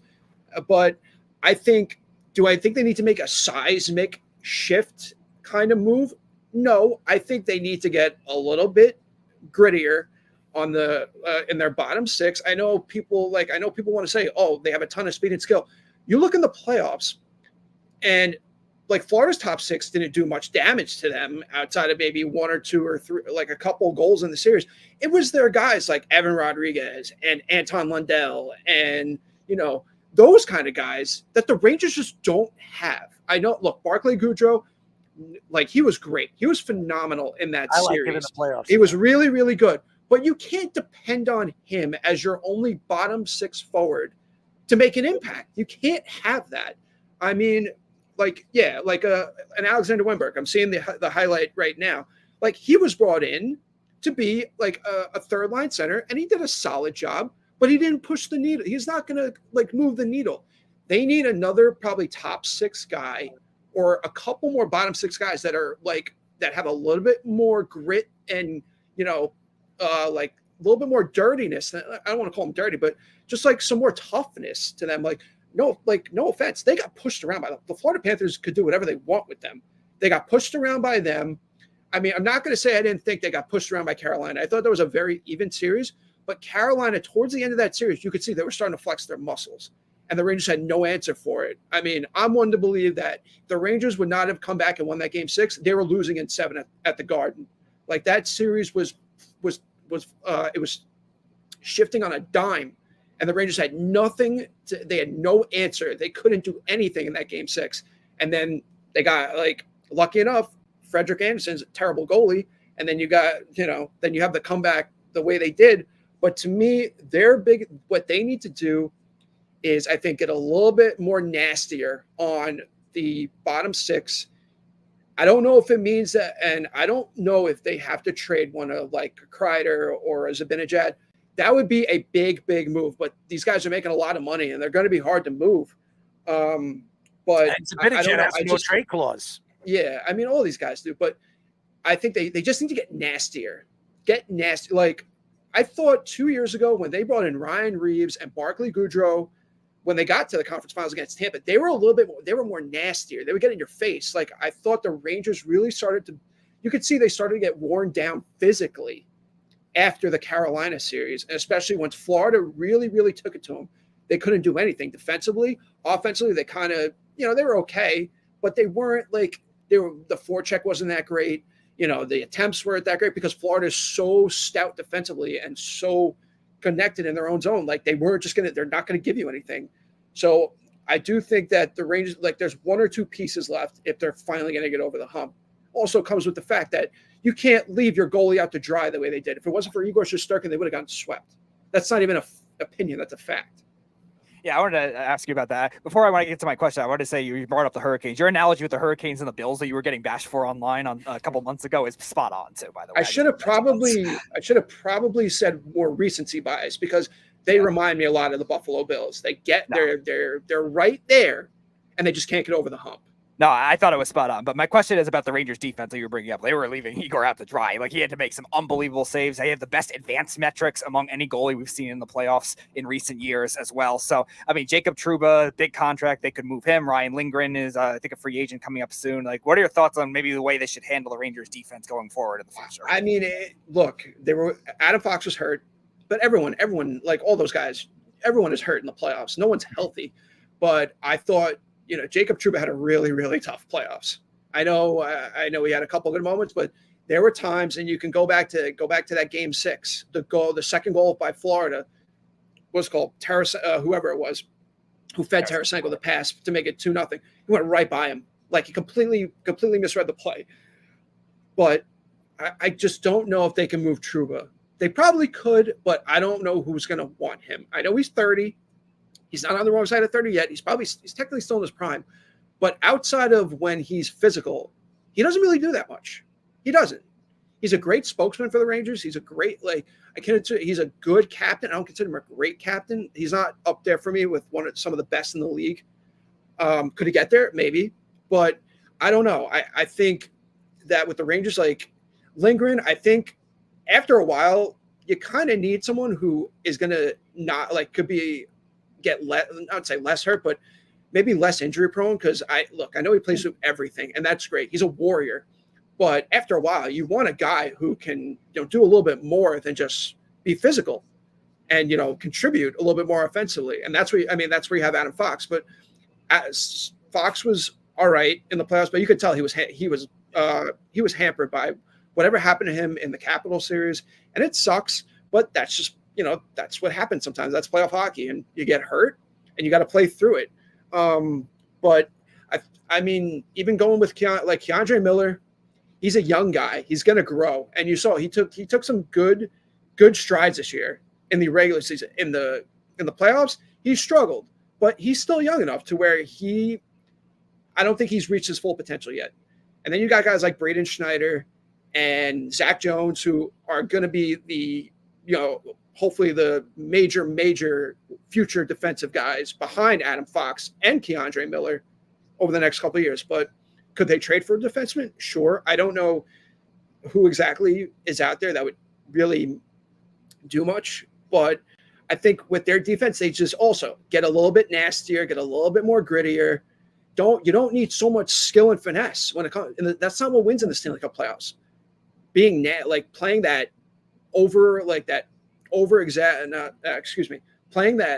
overbearing game, aggressive forecheck, making smart plays, not making poor defensive play and making poor mistakes in your own zone. That's what's going to win you a Stanley Cup. And the Rangers, I don't think are there yet. I think their defense. I don't want to sound off here. I thought they were overrated this year. I really did. I thought offensively, great. They've got a bunch of pieces, really good. Defensively, I was not impressed because there were times I watched them where they get run in their own zone. And it was the same way against Carolina, where Carolina was all over them and they couldn't get it. If not for Igor, they were going to be out. So I don't know. There's a couple things they could do. There's a couple things they might not do. Well, I mean, I'm sure we'll find out soon enough. We are talking to ABC7 and News 12 media producer Rob Taub. He's been with the NHL. He's been with the Islanders. He writes for the Islanders. He's fantastic. He's doing big things right now. Rob, I know you're a Jet fan, okay? I know you're a Jet fan. Oh, boy. And right now you're sitting here and you hear Rogers doesn't show up to minicamp today. You hear that Hassan Reddick wants a big contract after the Jets traded for him. What do you see right now? I think the whole Aaron Rodgers thing he's dealing with family stuff. He'll be here. I'm not really worried about him. But the Hassan Reddick thing, we heard Joe Douglas come out and say that the reason why he traded for him was because they expect to re-sign him and him to be there for the next 3 to 4 years. But right now, when you have this guy, he already came out and said he's not playing for the Eagles unless they give him an extension. And now you're here. What makes you think that by trading for him, it was going to change his thoughts? Aaron Rodgers? It doesn't make any sense. For me, and I don't want people to take this the wrong way, I could give two you-know-whats that Aaron Rodgers is missing minicamp. I really, he was there for all of OTAs. I want him on the field. I don't care what the hell he does off the field. I want to see him on the field. So, and I know everyone tried to make it a story today, and I know I'll get to the Reddick thing in a second. But with Rodgers, I was listening to sports radio today, and it's just something. It's just more fodder. For me as a Jet fan, I don't care that he's missing 2 days of camp. I really, really don't. It just doesn't matter. I care about what he does on the field. If he was missing the beginning of training camp, then I'd have a little bit more reason for concern. It's June 11th. The season doesn't start for 3 months. I care more about him being in the lineup taking that first snap in San Francisco on Monday Night Football. And hopefully he doesn't hurt himself with the first snap. You know what? I've said this to everyone. If he gets hurt, this franchise is completely cursed. I don't care what anybody says. I'm just there's no other logical explanation then this franchise is cursed because they've done everything. And I mean everything Joe Douglas has done to put a winning team around him. What else does this team need? They don't need it. They've got playmakers. They've got a ridiculous defense. They added Hassan Reddick, which, you know what? He's in a contract dispute. We've seen this before. I think he's going to be a Jet by training camp. Oh, I do too. And if he holds out, fine. I don't care. As long as he's also on the field for week 1. I don't care how long he holds out. Because their defense they have enough depth to where if they had to play without Reddick for a couple games, I think they could live without him. But getting back to like the Rodgers thing, and like I know a lot of people are so hell-bent on them winning a Super Bowl in this window. I feel like I was one of the outsiders last year that I didn't care if they got to. I just want to see them make the playoffs. Like make the play. Like that was my main concern, main goal for them before all the Super Bowl talk and everything. I just want to see them get to the playoffs. Come on, Rob. Making the playoffs isn't enough. This team is okay. talented. You're right. You're right. This is talented. I would throw up watching this team make the playoffs. They win 11 games this year, and then they make the playoffs and they get knocked out by, I don't know, the Jacksonville Jaguars. Okay? I'll retort. If they make the playoffs this year, because I thought this was going to be it last year. Make the playoffs last year, possibly win the division, or win the division, get a home playoff game, win the game, and lose in either the divisional round. No, lose in the divisional round. That to me would have been a huge step forward. But we saw what happened. Now, for me, it's just get to the playoffs and see what happens. I'm not worried about a Super Bowl right now because sometimes a Super Bowl could take 2 or 3 years to win for a franchise that's building and building and building. And I hope, I pray to God that they stay healthy this year, because when they're healthy, they could beat anybody. They should have beat the Chiefs last year. They should have beat. Well, they got robbed. The referees robbed them, man. I remember. I know. I was on a cruise. I was throwing things at the TV on the cruise. Okay, I was sick to my stomach watching that game. Well, that's a little over expensive. Everybody thought I was seasick, but I wasn't seasick. I was jet sick. Okay, I was Zach Wilson sick. That's what I was, because he actually played well in that game. To me, I don't care what's going on right now. I care about week 1 in San Francisco, because that's the moment where if he gets through the first 4 plays, I think we'll be okay. But I need to see him. I need to see it. I don't want to hear about it anymore. Look at the schedule, Rob. Do you like the schedule? Look at the NFL. If they want to screw the Jets anymore, how many games? The Jets have 3 games in 13 days? Yeah, I mean, it's ridiculous. Yeah, but you know what? That's what comes. But here's the thing. That's what comes when you become a popular team that people want to watch. That's what Aaron Rodgers. That's what it comes. If that's the Aaron Rodgers factor, fine. I could care less. Nothing to do with the team. Nobody gives a crap about the Jets. I'm a Jet fan. Nobody gives a crap about us. All they care about is Aaron Rodgers. You know what? Which is fine. Well, that's the point I was making before. Everyone else wanted to make it a story today. As Jet fan, as one of those Jet fans, I could give a rat's ass that he's not at minicamp. Doesn't matter to me. I want to see him on the field in September. I don't give a shit if he's on the field in June or if he's not on the field. And I know everyone wants to say, Robert Saleh, probably approached it the wrong way. What do you expect the guy to do? This is where I think I'm not being a solid defender, or I'm not being a Joe Douglas defender. Don't you ever protect that guy, all right? Robert Saleh is a complete joke. I don't think he's much and lick Aaron Rodgers' ass, okay? I don't think he's as much a joke as everyone turns him out to be, because, he tries to be a player's coach and he tries to keep things in-house, but everyone's got an opinion. So, and that's fine. Everyone's entitled to what they think. To me, if we find out, I don't know if we're going to find out why Rodgers was absent. Frankly, I don't give a shit. Really don't. But, because we're in June. It doesn't matter right now. I know other people would say it matters. It's it's mini camp. Let's say he got hurt. Let's say he got hurt in mini camp today. You think people wouldn't have been, driving with their pitchforks to Forum Park? No one cares. No one needs to care about minicamp. Only a couple people care about minicamp, the coaches. Players don't care about minicamp. They care about training camp and when the season starts. No, are you taking receipts? Are you taking receipts?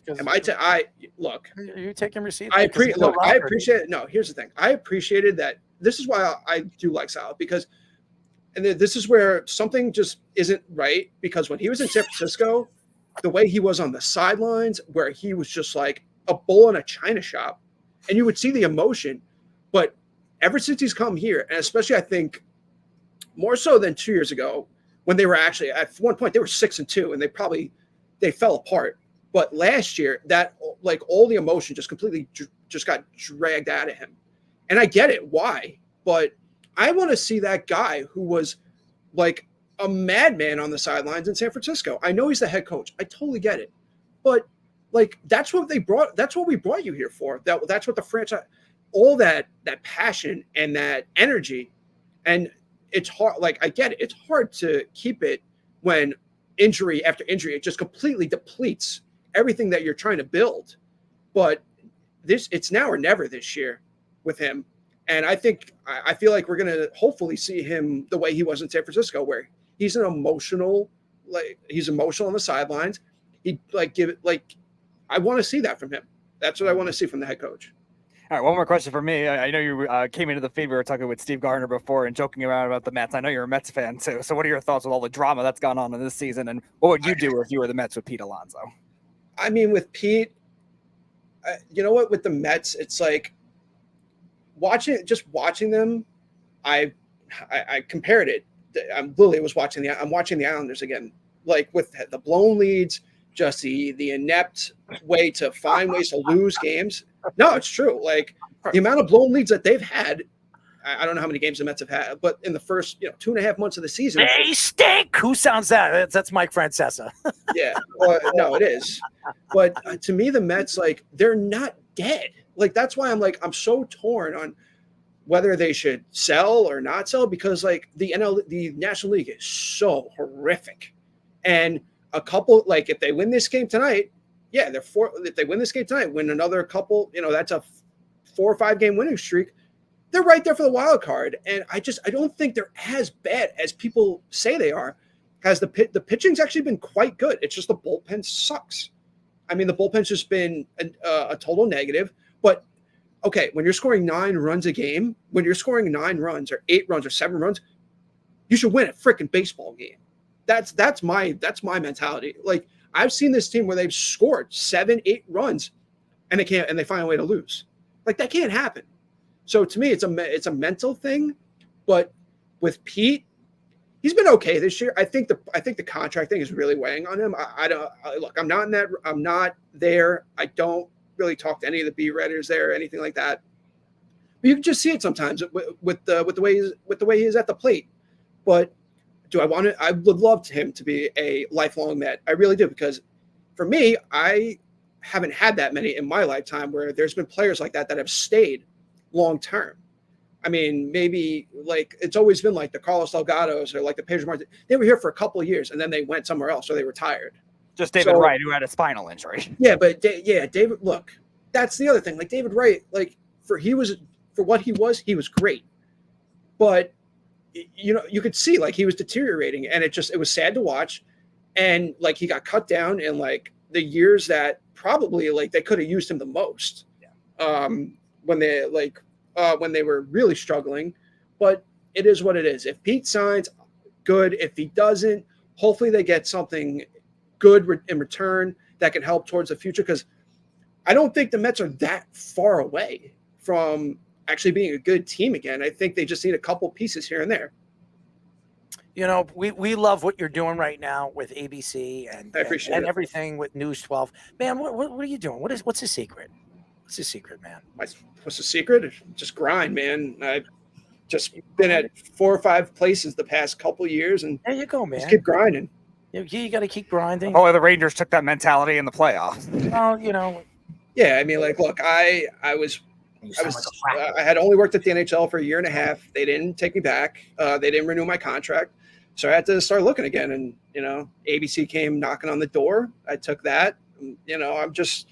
I try and like just keep myself going, because in this bit, like, especially, I mean, look, I haven't written about sports in like 3 years. I mean, I didn't write anything at the NHL. Last time I wrote something, I was still blogging about sports. Last time I wrote about sports, I was still blogging. So I've kind of gotten myself out of the sports realm in terms of writing, but in terms of like what I'm doing job wise, yeah, just been grinding. Like I'm in the news industry, which frankly, like, am I, super satisfied with it? No, but it's, it's just a part of what the grind has been for me is just find that next opportunity and try and make the most of it and see where it takes me.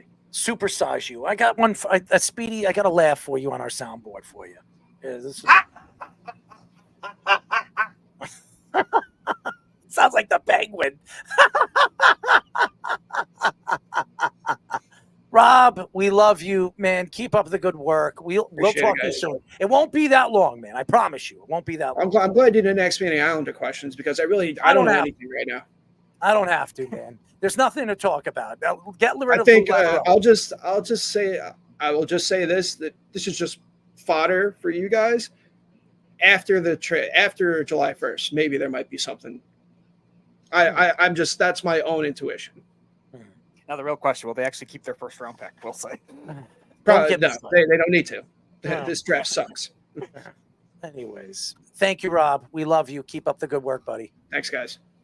Rob Top, fantastic, doing his thing. ABC, Channel 12. I mean, he's producing, he's doing everything. I mean, Speedy, we got to reach out to this guy. We got to hook. This guy's got to hook us up. I'm just kidding. But Rob's awesome. He's fantastic. We love him. He's doing some big things, and we're very excited to see what he's doing and what's next for his career. We absolutely love the growth and what he's done. We've had him on. He's been on the show for 3 years. Yeah, I think that's the 4th time he's been on. He was one of Jillian's last guests, I believe, when she was working with us. And I think this is the 4th time he's been on in the last 3 years. Yeah, he's always a reliable hockey guy, great guy, and Jets fan, Mets fan too. That he's a big fan too, a little more optimistic than us with those. You know what?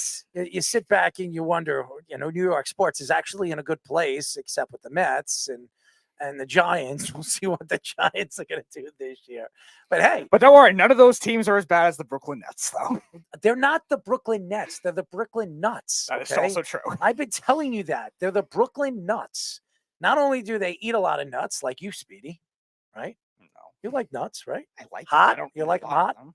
Hot, warm, slimy. What do you like? Slimy? No. You like them? I like slimy nuts. Definitely not slimy.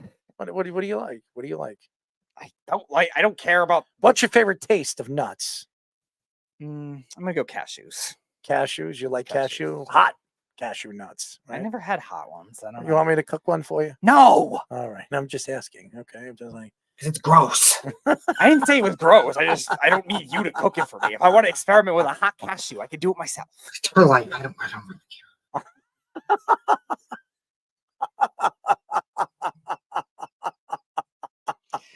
The Mets are. Keith says the Mets are mediocre at best. Yeah, but this year that might be about right. No, I'm not embracing it. That's good. That is good. That is good. And Keith, no, I would not be a good pitcher even if I had sticky substances on me. I was a terrible little league player. Oh man. Speaking of Jets, I mean, we might as well get into this because it seems like the Jets are the laughing stock right now. But hey, listen, the only reason why people are laughing at them because they don't know what Aaron Rodgers is doing. Who the hell cares? Anyways, SNY's Connor Hughes reports that both Aaron Rodgers and Hassan Reddick did not show up to Jets mandatory minicamp today. Robert Saleh mentioned that both players did not show up with any unexcused absences. Aaron Rodgers missed camp due to an event that was very important to him, but is still subjected to fines by the current CBA. So he will be fined for some reason. Saleh said that Rodgers' absence is not contract related. Meanwhile, Hassan Reddick is a contract related situation as he is seeking a new long-term deal with the Jets. Reddick is 29 years old and is in the final year of his contract, worth about $14.2 million. Oh my God. Oh, for all you Jet fans, I can't wait to hit this and hit it hard. Speedy, you like hitting things hard? No. Well, I think you do. Irrelevant. Well, there you go. Is it irrelevant? It is. I think it's relevant. Anyways, Connor Hughes writes for the New York Jets, and it's an interesting story. I do not believe, and I agree with Rob, I don't see Aaron Rodgers not showing up for 2 days to minicamp to meet anything. The Hassan Reddick thing, you're starting to think right now, what are the Jets doing? What are they doing? Now, Joe Douglas made a trade. They brought him in. He came out and said that he expects Hassan Reddick to sign a long-term deal and be a Jet for at least the next 3 to 4 years. So why haven't you done it yet? You knew he was going to sit out. He came out and said it when he was an Eagle last year. He is not playing next year without a new contract. Now, we've seen this with the New York Jets. In the Rex Ryan situation, I don't know if anybody remembers Hard Knocks, the whole Darrelle Revis situation. Darrelle Revis was not going to play without a new contract. They went into, obviously, OTAs, no Darrelle Revis. And then when Hard Knocks started, you saw him at a diner, and then they negotiated a deal at a diner. And I don't think it's going to be that savvy by the New York Jets. I think Joe Douglas is holding out. He's trying to figure out what works. But to me, right now, they don't need this. They don't need the press pressing on them when we expect the Jets to be a big-time team this year. In the AFC East, where it's so wide open, the New England Patriots are going to stink this year. They have a new coach. They have a new young quarterback. They're not going to be explosive. And we all know Buffalo. Their secondary, there's a lot of questions there. They drafted some pieces, but again, Josh Allen's going to have to take over. He's going to have to be the guy. There's no Stephon Diggs over there. There's no anybody over there as far as Gabe Davis. There's nothing there. So they're going to have to rebuild around Josh Allen. And we know what Miami could be this year. And it's really, when you look at the AFC and the AFC East, the Jets should win the division. There shouldn't be an argument with the talent they have there. Here's the problem.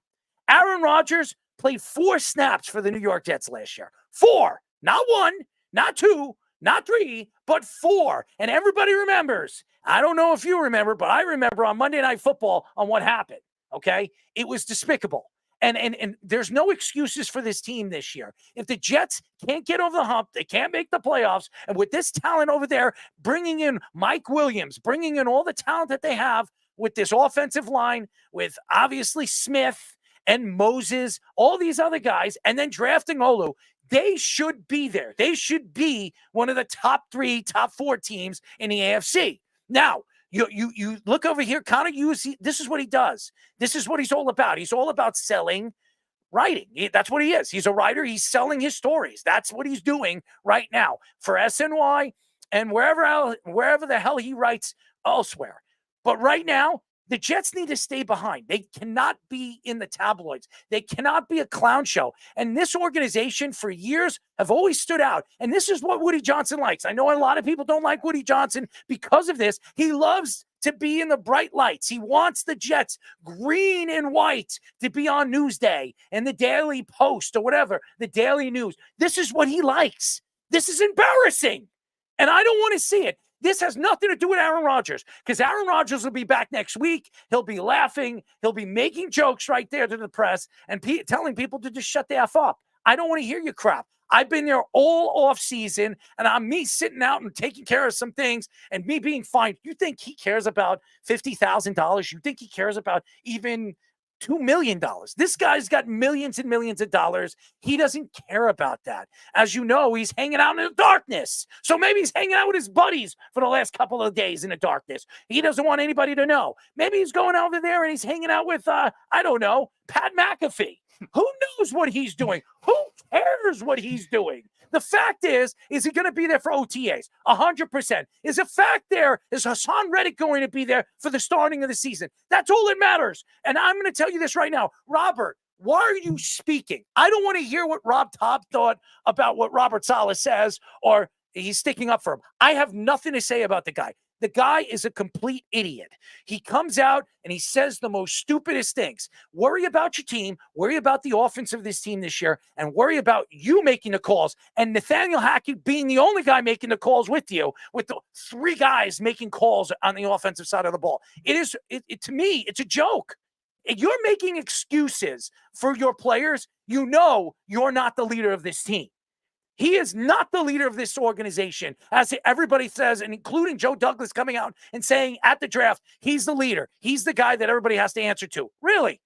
Is that why Aaron Rodgers is all over the tabloids? Is that why when Aaron Rodgers is on the Pat McAfee show, he's the one speaking for the team? He's the one speaking for everything. I think right now Robert Saleh is in Aaron Rodgers' diapers right now. That's what he's doing. He's eating out the dirt out of his ass. Because right now, this team and this organization is run by a bunch of jokers. And I'm going to tell you this right now. Robert Saleh, if he can't get this team over the hump this year, I don't want to hear any excuses. To me, Joe Douglas sat on this. He realized that Robert Saleh is his guy, and he's going to go down with his guy. I like Joe. I like what he's done this offseason for the New York Jets. I really do. I like what he's done in the draft. He's been very, very good in the last 2 years in his draft.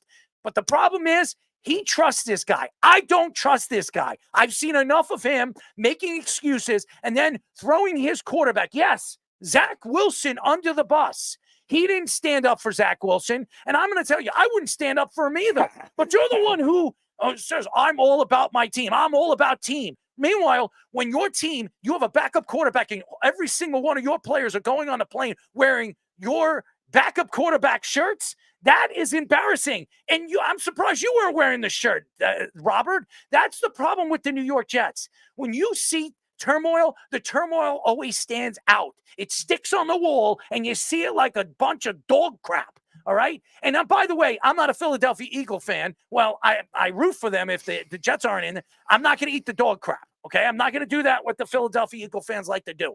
But what I will say right now, this organization needs to get over the hump this year. This organization needs to find their way because to me, there's nothing but excuses. I don't want to hear from old quarterbacks. You know who I'm talking about, Joe Willie. I don't want to hear about anybody. Oh, this guy's going to be good and that guy's going to be bad. I don't care. Get on the goddamn field and play the damn game. I want to see 12. I want to see 11 wins. Your schedule fits what you should be this year, okay? You should be 11, 12 wins. I give you 13 wins. I don't know. I'll probably be eating my tongue by the end of the season because Aaron Rodgers could be out in 1 or 2 plays. I can't do anything anymore and sit here today as a Jet fan and say, hey, you know what? We're going to go to the Super Bowl this year. Hey, we're going to surprise the world and knock off the Kansas City Chiefs.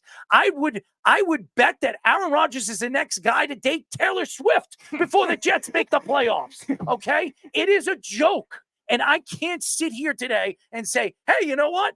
I'm going to kiss all the babies. I'm going to run as the vice president under Donald Trump.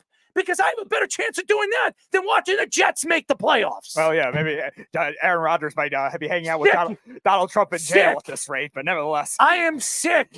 I want to throw up because every single time I'm reading and I'm seeing, when I watch First Take or I'm watching SNY or I'm watching MSG or listening to all these New York guys talk about the Jets, Evan Roberts and Greg Giannotti and all these other guys. I don't want to hear it. And Boomer, please stop. Stop bringing up the Jets and saying that you were a Jet. You never even want to be compared to the Jets. You don't even want to be affiliated with the Jets. You always talk about your Bengal years. Nobody cares you're from Long Island. Nobody cares you're from West Islip, East Islip. I don't care. All I care about is my team actually getting over the hump. My team actually winning games. My team stop making excuses to the press and making us look like a clown show. Because you want to know something? That's all I've seen this organization be. It's a clown show. And we have a bunch of clowns running this organization. So thank you. Sell that. Sit on that for all you Jet fans. And please, Robert Saleh, take your receipts.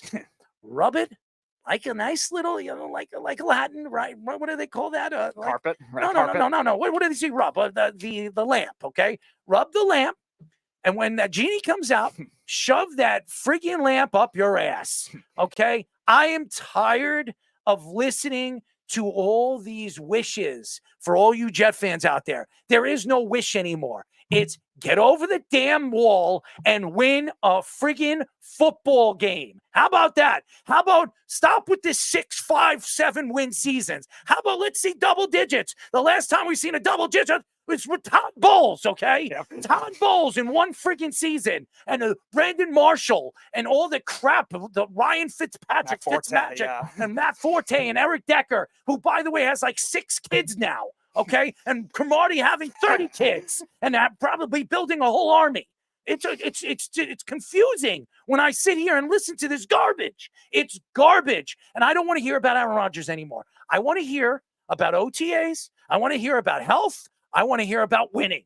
That's all I care about. And Robert, stop talking to the press. You're an idiot. You're a bold, you're a pretty boy idiot. You're a tight end that preaches defense when you need to freaking push your team offensively. And now he wants to have multiple guys call offenses too, which is probably why he's annoyed that I said that already. Aaron Rodgers doesn't show up. But that's an issue that your inner brass has. The fact that you have 3 different guys calling the plays. We were talking I'm about gonna have a heart attack on this show, man. I Oh see my God. that, but we were talking about like with other situations where that kind of thing. That's didn't my work. take, baby. And That's my take. I'm gonna go to my grave saying this. I'm gonna be sitting. Everybody's gonna be sitting when I'm dead in my grave, and they're gonna be saying, "Don't worry, Errol.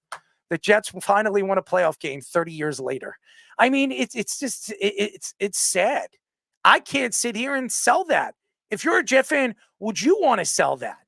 I mean, seriously, you want to sit here and say, "Hey, you know what? It's our year, everybody. Let's go watch the Jets practice." And then we watch Aaron Rodgers go down, and Garrett Wilson going down, and Breece Hall going down, and Elijah Vera Tucker going down. It's disgusting. And everybody's saying, it's our year. Let's go. Let's go watch all those radio guys. Go on YouTube and go check out. We've had a couple of them on our show. I'm not going to mention names. All those guys, it's our year. We're going to win. We're not going to win crap if we don't have a quarterback that actually can throw the ball and stay damn healthy. Right. And that's where I think we were talking about these other teams that maybe don't have as much talent as the Jets on paper, but have had enough stability where they've been competitive every year. Now, again, it's hard to win Super Bowls. We mention that all the time, especially with the Chiefs. Now, I'm going to drink to that. This is water. This is not liquor, guys. Just letting you know that. Allegedly. But nevertheless. Allegedly? When do I drink? What are you talking about? I'm kidding. But nevertheless, winning Super Bowls is hard in the NFL as it is with the Chiefs winning 3 in 5 years, but we've still seen other teams that have less talent than the Jets be organizationally stable a lot more, where the Jets, yes, they have the most talent in that Stable division. is not in our vocabulary. No, it's not. And it's never been. And that's because you're seeing it never will be. All these egos clash. And it's not even Aaron Rodgers in this instance. Aaron Rodgers told Robert Saleh 2 weeks ago that he was doing this for 3 days, that he was going to this event. Whatever event it is, he doesn't have to disclose that. He told Robert Saleh, he told these other coaches, these coaches that they're close with, there's no issue here. And yet they have to make it an issue. Why? Because they feel like he should be there for mandatory OTAs to make sure this 3-person offense can be run with him as the starting quarterback. I'm surprised that the Jets don't have an Aaron Rodgers tracker, GPS on him. Oh, he's in the toilet bowl. Oh, he's hanging out in his bathroom with a bunch of girls. I mean, seriously, he's sniffing cocaine. Nobody cares. All I want to see is Aaron Rodgers on a football field and actually play a full game. That's all I care about. Him throw 30 passes and win a football game for my team. That's all I care about. I don't want to hear about all these different shorts with all these Jet guys saying, "Oh, this is our year. This is our year. Aaron Rodgers." How about this? How about I run on the field? What the first game? Sunday Night Football for the Jets? What is it? Monday Night Football. How about I run on the field? Not Aaron Rodgers, because that's going to jinx him. Me run on the field with my underwear on, with the Jets logo on my underwear, running on the field with the American flag on the field, because, hey, you know what, Jeff? I'm always speaking about underwear. Run on the field with the Jets logo with my underwear on it.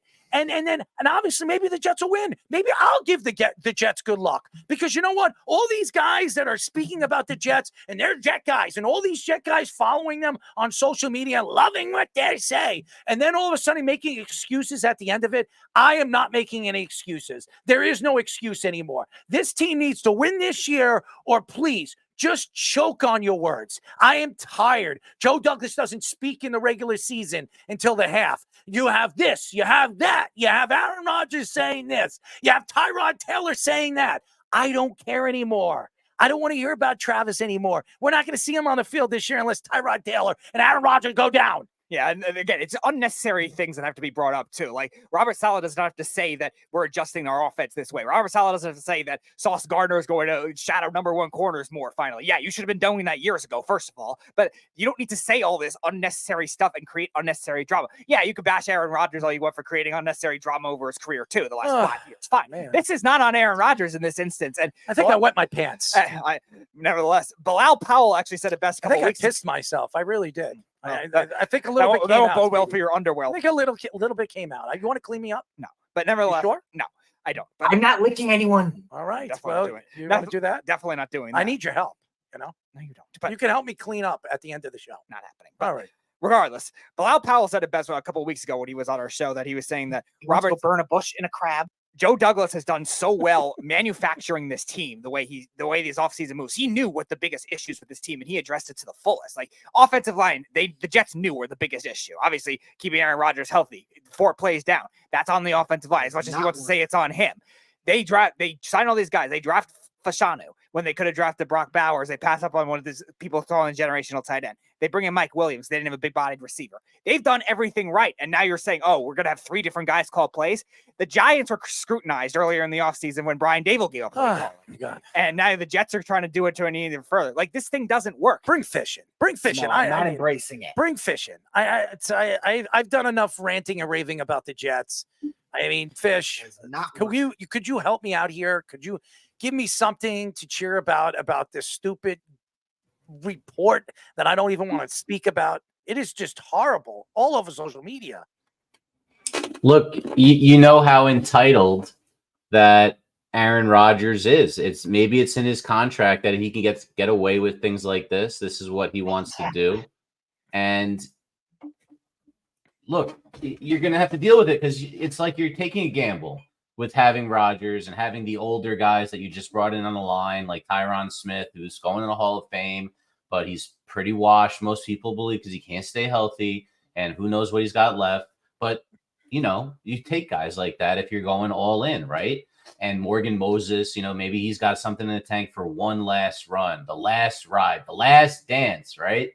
This is what Rodgers is doing. He thinks he can go a couple more years. He's going to meditate in the darkness to find his inner soul so he can channel it to a Super Bowl victory for the New York Jets.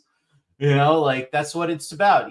At the same time, not a likely path for success throughout NFL history to buy a team, throw it all together, and then think they're going to the Super Bowl and win. It's what it is. Trophy. Why don't we just buy the trophy? How about that? I mean, the NFL, 99% of the world would too. Yeah, there you go. 99% of the world probably would. Speedy, would you buy your trophy? If you were a Giant fan, you're probably not going to win for a while. I mean, I don't think I would care about buying a trophy for the Giants. I'd probably do it for the Mets first at the rate they're going. It is good for both of us. Because the Rangers and Knicks are at least stable. The Mets, I don't know if I could trust them to actually do the right things. Mm-hmm. But Fish, I wanted to mention, because I was bringing up the points about the dual offensive play calling. We saw the issues with that with the Giants last year too, and the Jets are now trying this kind of experiment that usually doesn't work in the NFL. The Eagles had that issue last year with their offensive coordinator. Now they bring in the great Kellen Moore, and it doesn't work, that kind of thing. And the Jets don't really need to have that kind of not necessary thing on. Thank God the Jets didn't bring in Kellen Moore. Okay, I mean it's enough that we have to deal with Nathaniel Hackett this year. We got to deal with Kellen Moore. Thanks, but no thanks. I think Kellen Moore is perfect with the Eagles. I think he's sitting perfect over there. And when he fails over there with that offense, there'll be no excuses for him. So thank you to Kellen Moore for being the jackass that you were with the Cowboys.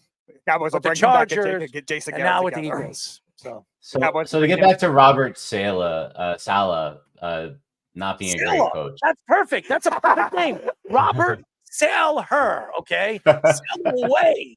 Sail away, take me away. I mean, I'm not a singer, but Speedy, you could sing.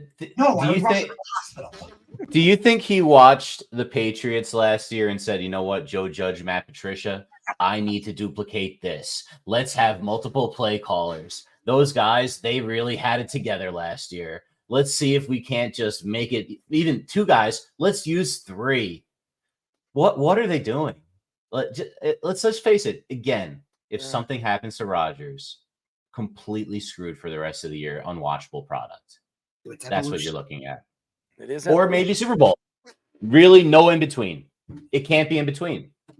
It's going to be in between because it's not Jet-like that the Jets are going to the Super Bowl. For all you fans out there, I'm not going to sell that. If you're a Jet fan, you're not going to sell that. For all you radio show hosts that are Jet fans, you're not going to sell that. I'm definitely not going to sell that. I have a better chance of dancing for I don't know what do they call that, Chippendales. Okay, I have a better chance of dancing on a table for Chippendales than the Jets going to the Super Bowl and winning the Super Bowl. Oh, that's good. He told me to cheer you up, though. Now you're dancing on tables at Chippendales. You were not so happy a second ago. I am not so happy. He has 3 months to do that before he runs under the field in San Francisco with his underwear on and then gets kicked out of the stadium. I could go Thursday Night Football for the Jets' first home game. Oh. Local Jets fan. Good. Rooted for MetLife Stadium. Well, I made a bet with Lyle. I don't know if anybody listens to the show. I made a bet Lyle with say Lyle. now? No, I made a bet with him that I forget what the bet was, but I said that if I lose, I have to go into Miller's and I got to wear my underwear and a T-shirt and eat my dinner standing up in my underwear. I am a disturbing person. I am a disturbing person. I'm a little bit weird, but that's just what I do, man. I'm just a little out there. Speedy, are you out there? I don't know. Do you like chickens? Yeah. How about chicken heads? Chicken heads? I never had it. You never had a chicken head? No, I know. How thick do you like the beef? No, I've never had a head of a chicken. I remember it was a story. Who was it? I think it was Jared. But you haven't met a chicken head. What? Have you ever met a chicken head? No. You've never met a chicken head? No. Why? Why haven't you met a chicken Because I haven't been on a farm in since I was 8 or 9. Oh, so you have to be on a farm to meet a chicken head? Am I an animal smuggler now? You had smothering. Almost.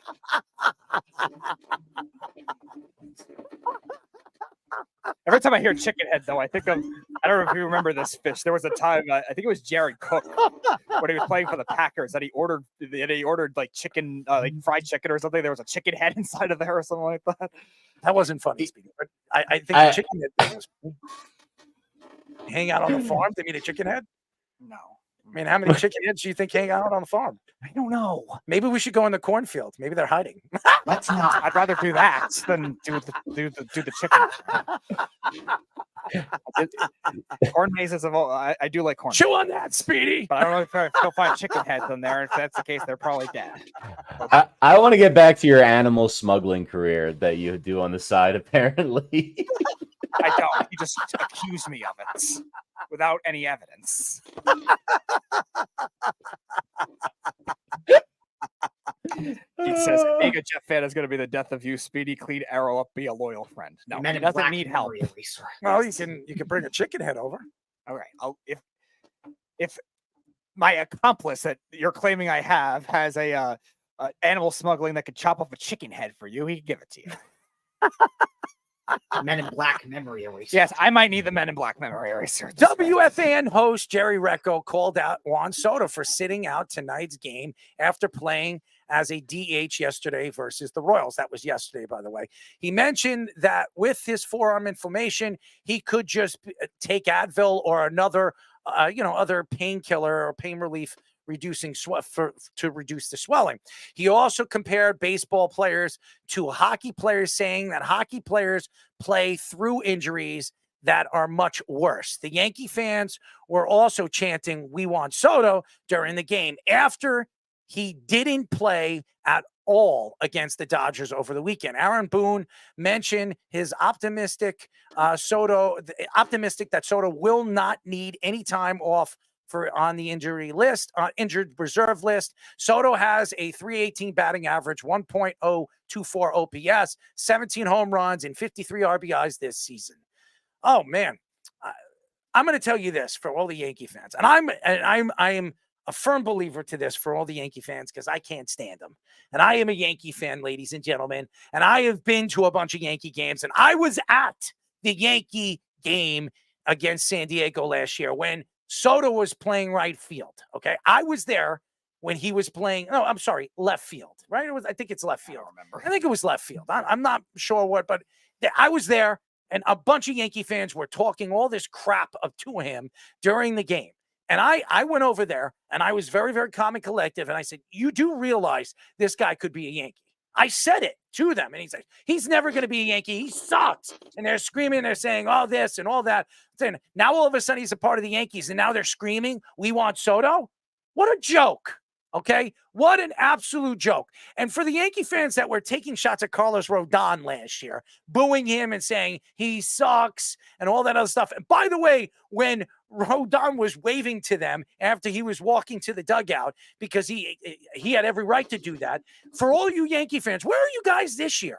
Where are you guys right now? He's one of the best pitchers right now in the American League. 9-2 for the Yankees. Where are you guys? Pitching under 3. Where are you baby-ass crybabies? Nowhere to be found, right? We love them. We love them. What a joke. Okay, it is an absolute joke. And by the way, Jerry Recco, okay, love you. I do. I've followed you for years. You've been a part of WFAN. Fantastic. Longstead, thank you very much. You are a Met fan, okay? I do not want to hear Jerry Recco speak about the New York Yankees, okay? First of all, Jerry, where are your Mets? What are they doing right now? I'm sorry, you're worried about Pete Alonso. You're worried about what Steve Cohen's going to buy in the offseason, okay? I'm going to tell you this. Why are you bringing up Juan Soto? Because you think Juan Soto's going to the Mets? You're going to be crying about that in the offseason after he wins the MVP? It is a joke. And I'm going to tell you this. For all you fans out there, all you Met fans sitting there and believing what you want to believe, because this is what Met fans like to do. They want to believe things that are not true. Speedy, you're a Met fan. You know about that. And I'm worried about Juan Soto going to the Phillies. I'm going to say this as a very, very nice person to all you Met fans. Keep dreaming, because the dream is going to become a nightmare. And the nightmare is going to be an everlasting sleep for the New York Mets. And for you Yankee fans to think that Juan Soto gives a crap what you think. I would, if I was Juan Soto, I would give you the big FU. I'd be laughing to the bleacher creatures telling you to kiss my ass, what you did to me last year. I'm putting up the numbers, and I don't have to sign with nobody. I can go wherever I damn well please. I believe Juan Soto is one of the best players in baseball. I believe what the Yankees are doing right now is fantastic. And by the way, I was one of very few people that said that the Yankees are going to win the American League. I was one of very few people that say that the Yankees are going to be the best team in all of baseball. Am I wrong, Speedy? Did I not say it? I've been saying it, and I'm going to say it again. When Garrett Cole comes back, okay, you can book this. When Garrett Cole comes back, the Yankees have a chance to win 107 games this year. That's where I think the Yankees are going to be this year. 107 to 109 wins. That's how good I think the Yankees are. And thank God I was so happy when I heard it was just inflammation in the forearm. Did it hurt the Yankees that he wasn't in the lineup? Absolutely. Does it hurt the Yankees if the Yankees lose him for the season? Absolutely. They don't have a chance. Juan Soto has changed the lineup. We speak about what Kachuk did for the Florida Panthers. I'm going to say the same about Juan Soto. Juan Soto changes that lineup, changes all the thoughts of where the Yankees are and what the Yankees could be this year. And I'm going to tell you this.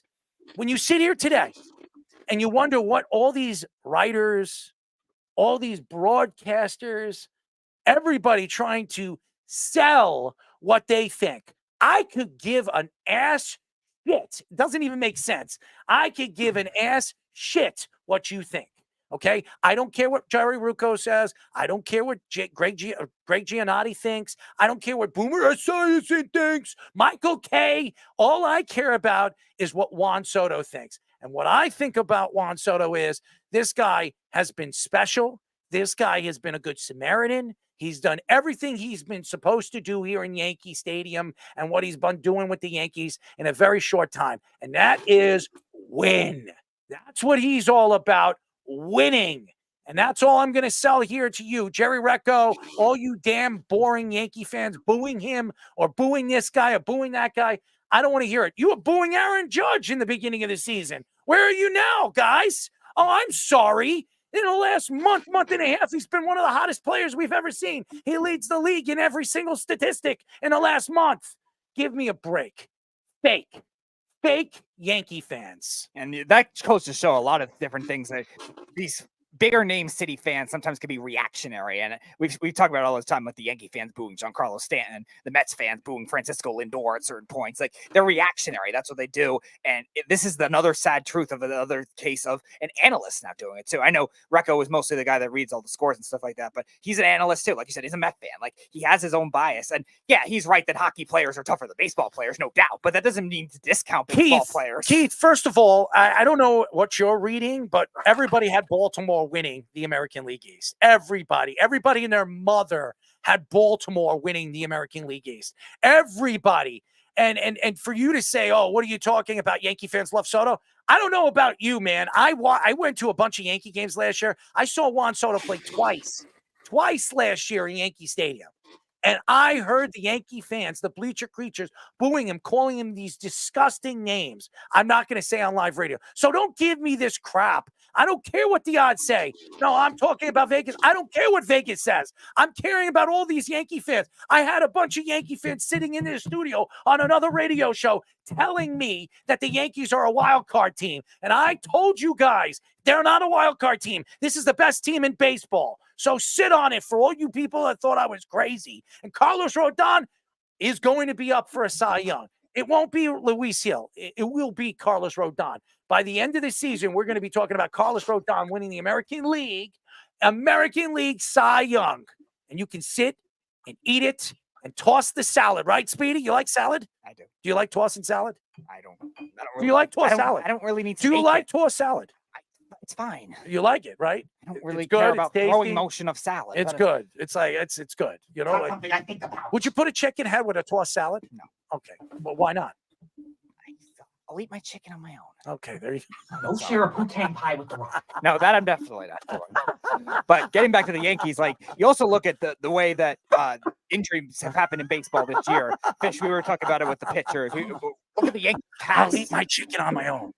Look at the Yankees past too, with all the pitching injuries that they've had, where guys like Severino didn't develop too. James Paxton, who they brought in a trade from the Mariners, who's still young at that time, with all those injury issues. And now you're going to blame a guy for not playing a couple games. It's a very long season. And baseball is the hardest sport when you're judging when it comes to data, when it comes to analytics, where multiple players have to matter. And Juan Soto's made the rest of this lineup better too. It's not like just Juan Soto and Aaron Judge and everybody else. No, this is a deep lineup now. The Yankees actually have lineup depth. They're not relying on their top four to do everything now, and that's because of They Soto. have the best bullpen in baseball. Right. They have the best bullpen in baseball. Last year they did too. And in the second half, they fell apart. I want to see what the Yankees do. But you have a healthy Garrett Cole coming back in the second half. You don't have to go out there and look for a pitcher. You really don't. You have a Cy Young winner coming back. I mean, the Yankees are licking their lips because now they can go after a top relief pitcher and laugh all the way to the World Series. Speedy, give me your laugh. That's the Penguin laugh. He says, I'm talking about winning the AL. They were and are still the favorites. And he also picked the Yankees as well, he said. Yeah, well, that's good for him. But everybody else didn't. Everybody else didn't, Keith. I'm not saying that you didn't. I'm not sitting with you, hanging out with you 24 hours a day. I don't know what you were thinking. But I'm going to tell you what I saw and what everybody was saying about the Yankees. Oh, there's flaws in the Yankees. Oh, Juan Soto's a good player, but their pitching staff's going to suck. Really? Marcus Stroman's a horrible pickup. Yeah. Where are the Met fans saying that? Where are the Met fans saying that? Don't they wish they had Marcus Stroman pitching for them? I don't hear them speaking about that. Oh, he stinks. He's not a good team player. Well, he looks pretty damn good. He's 7-0 right now in what sixth inning? And he haven't even touched him. Okay. I mean, give me a break. It's ridiculous. It's just, I am just tired. I'm tired. I'm tired of hearing everybody go back and forth, make excuses when they want to make excuses. And when it comes down to those teams actually playing well, you have everything to say. All the Yankee fans come out of the woodwork. I knew they were going to win. I knew Aaron Judge was going to come out of that slump. He was batting what? 176 in the first month and a half of the season. What's he batting now? Yankee fans? Booing him off the field. A joke. You should be ashamed of yourself, all you Yankee fans. Because I didn't doubt Aaron Judge. I didn't doubt this lineup. I didn't doubt this team. I knew this team was going to be dominant. I knew this team was going to be as good as they are. But no, everybody had Houston. Oh, Seattle, do you see that lineup? Oh, my God, Rodriguez is awesome. Yeah, where's Rodriguez right now? Joke. I'm tired. I'm tired of this crap. Cherry Rucco. He says, I love Marcus getting picked up by the Yankee fans. So did a lot of Yankee fans. What a joke. Lowe's reports that Luka Doncic needed a severe painkiller in his chest in order to play Game 2 and might need one again tomorrow before Game 3. Doncic has also been playing through an ankle and knee injury he suffered in the second round against the Thunder. Doncic has had over 30 points, 10 rebounds in both final games and had a triple-double in Game 2. Kyrie Irving also told Luka that he he has to play better and reference Luka as the, what is this? Mi hermano. What the hell is a mi It's hermano? Spanish. What the hell does that mean? Does that mean the earth is flat? Maybe it does. Maybe his brain is flat. Maybe I should. Well, how do you say your brain is flat in Spanish? Okay, because that's what I want to say to him. Kyrie also mentioned that the Boston crowd had nothing to do with his struggles in the 2 games at the NBA Finals. Kyrie had 12 points, 3 rebounds, and 2 assists in game number 1, and then had 16 points, 2 rebounds, and 6 assists in game number 2, and has not made a single 3-pointer in the series. Here's what I'm going to say about Kyrie Irving. What a liar. What a liar. What a liar. I knew the fans were going to be a big problem because I'm willing to bet you guys that Kyrie Irving's numbers are going to be so much better in Dallas. So what are you going to say, Kyrie, after game number 3 and you put up 25, 30 points? What's the excuse now? What are you going to say now? And that's the problem right now. And I don't want to hear Mavericks or the Dallas Reporter or whatever, any one of these guys speak up and say, well, Luka's not healthy. Yeah, she's definitely showing he's not healthy. 30 and 10. Oh, he's been horrible in this series. Absolutely disgraceful. To me, Boston's outplayed you in every single way. And there's no answer for Porzingis. What happened to Gafford? What happened to that talent of what he did against Karl Anthony Towns? What about that dominance on the boards? Where has that been? Why are the Celtics out rebounding? That's my question for really throughout the playoffs. The strength of what Dallas has done in series after series after series is their rebounding. Why has their rebounding have been completely disappeared in this series? Is it because Luka has a pain in his chest? How about a pain in his ass? Maybe a genie in a friggin' bottle in Porzingis' ass trying to breathe out the fumes. It is a joke. There is no excuse to what this team is. And by the way, Kyrie, you shouldn't be taking shots at your pal Luka. You know why? Because you're doing nothing in this series, and this guy's still putting up 30 and 10. Okay? Why are you bringing up mi hermano? I'm not going to say it. I was about to say it. I'm not going to say it. I think everyone swore at this point. So I think we're already in too deep. I am not going to say it. I'm not going to say it. Speedy, with the chicken heads that you hang out with, I know you eat your own chickens, right? No, I don't. You don't eat your own chickens? I don't have any chickens as much as you want to claim my behavior. It is disturbing behavior. It is disturbing behavior. But hanging out on the farm with the chicken heads. It's not something I'm do. So. I mean, I would love to see chickens in boots, right? What? Chicken heads in boots. Not worth it. I'm actually aroused. How do chicken heads have feet? No, chicken. A chicken, they wouldn't have feet. I want to see chicken heads with boots. It's evolution. It is evolution. No, it's It works it's for the me. opposite of Does evolution. it work for you? It's the opposite of evolution. Yeah, well, it is evolution. I'm doing what I can here. Maybe it's evolution according to Kyrie Irving. It does work for me. But it is good for both of us. But I mean, you look at this series right now, and there's a lot of questions. And if they can't get over the hump in game number 3, this series is over. I expect Dallas to win game 3. I expect him to show up. I expect Luka to put up the points. I expect him to rebound. I expect this team to wake up. What happened to Washington? I mean, what happened to Gafford in this series? What have we seen from the secondary players in this series? Nothing. And you have to figure out how to expand the game of Kyrie Irving, because Kyrie Irving is the piece that needs to start ticking in this series if they expect to win and come back in this series. I do believe that Kyrie Irving can help this team. I do believe Kyrie Irving is as good as I expect him to be. Now, Stephen A. Smith didn't make it any better for him after what we have seen and what he has said over the last couple of weeks about how good Kyrie Irving has looked in the playoffs. And then saying that and I'm one of those other guys saying he's the only championship player right now in the playoffs, which is a lie because Drew Holiday is a championship player. As we all know, Giannis came out and said he was a big, important part of that piece and that move of Milwaukee and the movement of the Milwaukee Bucks and what they did a couple of years ago in the finals. So what I need to see with Kyrie Irving is I need more pick and roll.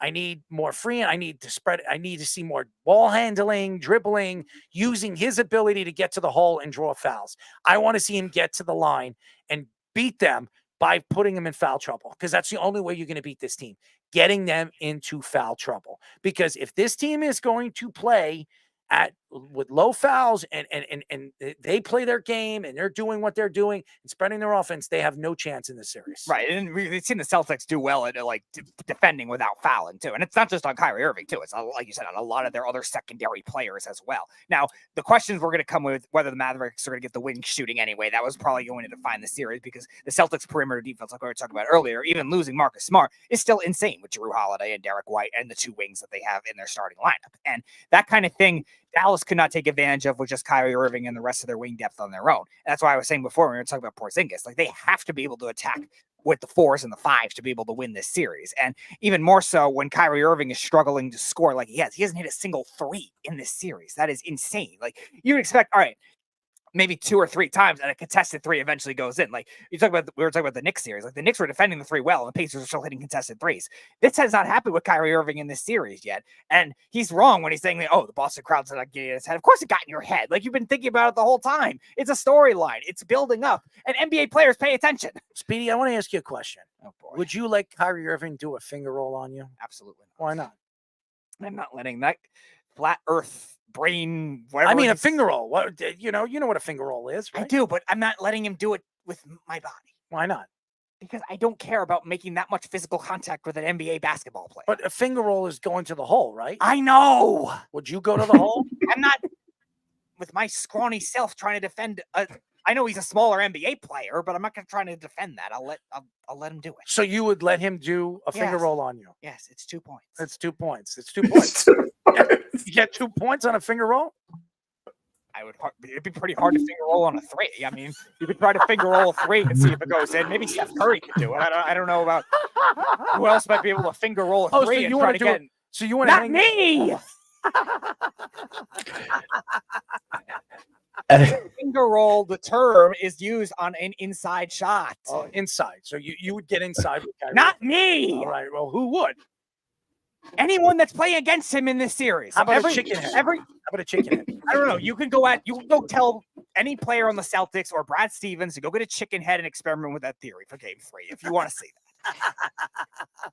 I doubt they'll come through with that. Maybe Porzingis would, but who knows? Well, that's true. I mean, he might be crazy enough, but would you let him finger not roll? Me. It's not me. Well, but you're special to him. It does. Why would that matter? What do you mean? Why would that matter? If Kristaps Porzingis was crazy enough to do a chicken head crap, he would do it on his own. How about a finger roll on you? Let's not. Yeah, it'd be easy, of course. He's like 1.5 feet taller than me. Oh, so you would just Not me. You would just let's say, go ahead, Olay, and you could do a finger roll on me. I wouldn't even be there. I mean, but if you were, you could just do like pretty much the way Kristaps Porzingis could just do a finger roll shot. It would be imagine if there's just no defender there. No, well, so you need a defender to stop a finger roll. How else would you do it with some like? I mean, you. Not me. I'm not talking about me. I'm talking about you. I'm talking about you standing in front of Kristaps Porzingis. You think that's gonna work? I do believe it. I do. I think you sound like a frat boy. I do. But what would you do if Kristaps Porzingis did a finger roll on you? I would hope I don't get knocked out. Why? Why not? I mean, what do you think? The finger roll would be too damning for you? And also the other contact that could ensue. What's that? You know the sport of basketball. Figure it out. I mean, seriously. You know the sport of basketball. You can hang out with some chicken heads and then get a finger roll. What? You can get a two are not mutually exclusive. I mean, they are. Sexual scenario. Well, they are sexual, scenarios. I think they are, right? I have no idea. Ask somebody who knows. Well, you like the finger roll. It's a shot in basketball. Well, it's a shot in every kind of way, man. I mean, might be a shot in the ass. Is Luka Doncic going to need that for game 3 as well? What, a shot in the ass? I don't know. He's getting shots. Would you give him a shot in the ass? I don't need to do it. They have team professional medical people. Would you smack his ass to get him over the hump? No. Why? Because there's plenty of other fans that would do that in Slap that Dallas ass. already. Well, I'm just asking you. Would you smack his ass to give him No. confidence? So if you were there and everybody says, Speedy, smack my ass, it'll get us over the hump. Would you smack Slap that ass. There's no way that a whole arena of 20,000 people or whatever would do that. No, I'm asking you. Would you? It has nothing to do with me. He wants you to smack his ass. Why would he care? I'm just saying. I think he has other priorities if that's the case. Well, I'm Thank you. Well, you got to spank his ass. I would be very concerned about his priorities, and the rest of the team should be too, if that's the case. Really, it's just giving him the confidence. They have tons of other people on a NBA team that could do that. I'm just asking you. You just said that you would let Kristaps Porzingis give you a finger roll. Did you not? What? I mean, how would that feel with a finger roll? Painful. Why? Why is it painful? Because it's a 7'4" big man coming through at you with a basketball in his hand, trying to score inside. It's very simple. Anyone that knows the sport of basketball knows that. Well, they know all about the finger roll, especially you. You know, it has nothing to do with me. I think you're the It's champ. about anyone that knows I guess you would say the secondary terms of the sport of basketball. And chicken heads, right? Chicken heads have nothing to do with this. Well, I mean, you just said Porzingis is all about chicken heads. He might be. Not worth it. Well, it is. I said he might be because of his craziness, but that doesn't mean that. What makes him crazy hanging out with a chicken head? Based on his past, I wouldn't surprise me. I'm not going to go out there and say Drew Holiday would do that. Disturbing But Porzingis, Porzingis, you never know with his craziness. Very interesting. Very, very interesting. Who do you guys got in Game 3? I think Dallas will win Game 3. How about you, Fish? I think they're going to sweep them. I think this is over. If Luka's not 100% and no one else is going to step up and they're going to shut down Kyrie, what really else do they have? I don't think this is a complete team. I don't like the way they play. You know, it's kind of like reminiscent of those Harden teams in Houston, where it's like he's super high usage rate, and then it's a lot of hero ball at the end. And they did really well in the regular season, and then they just were never great in the playoffs. They had that one chance when Chris Paul, when he still had his legs, and then he got hurt at the end, like he always does.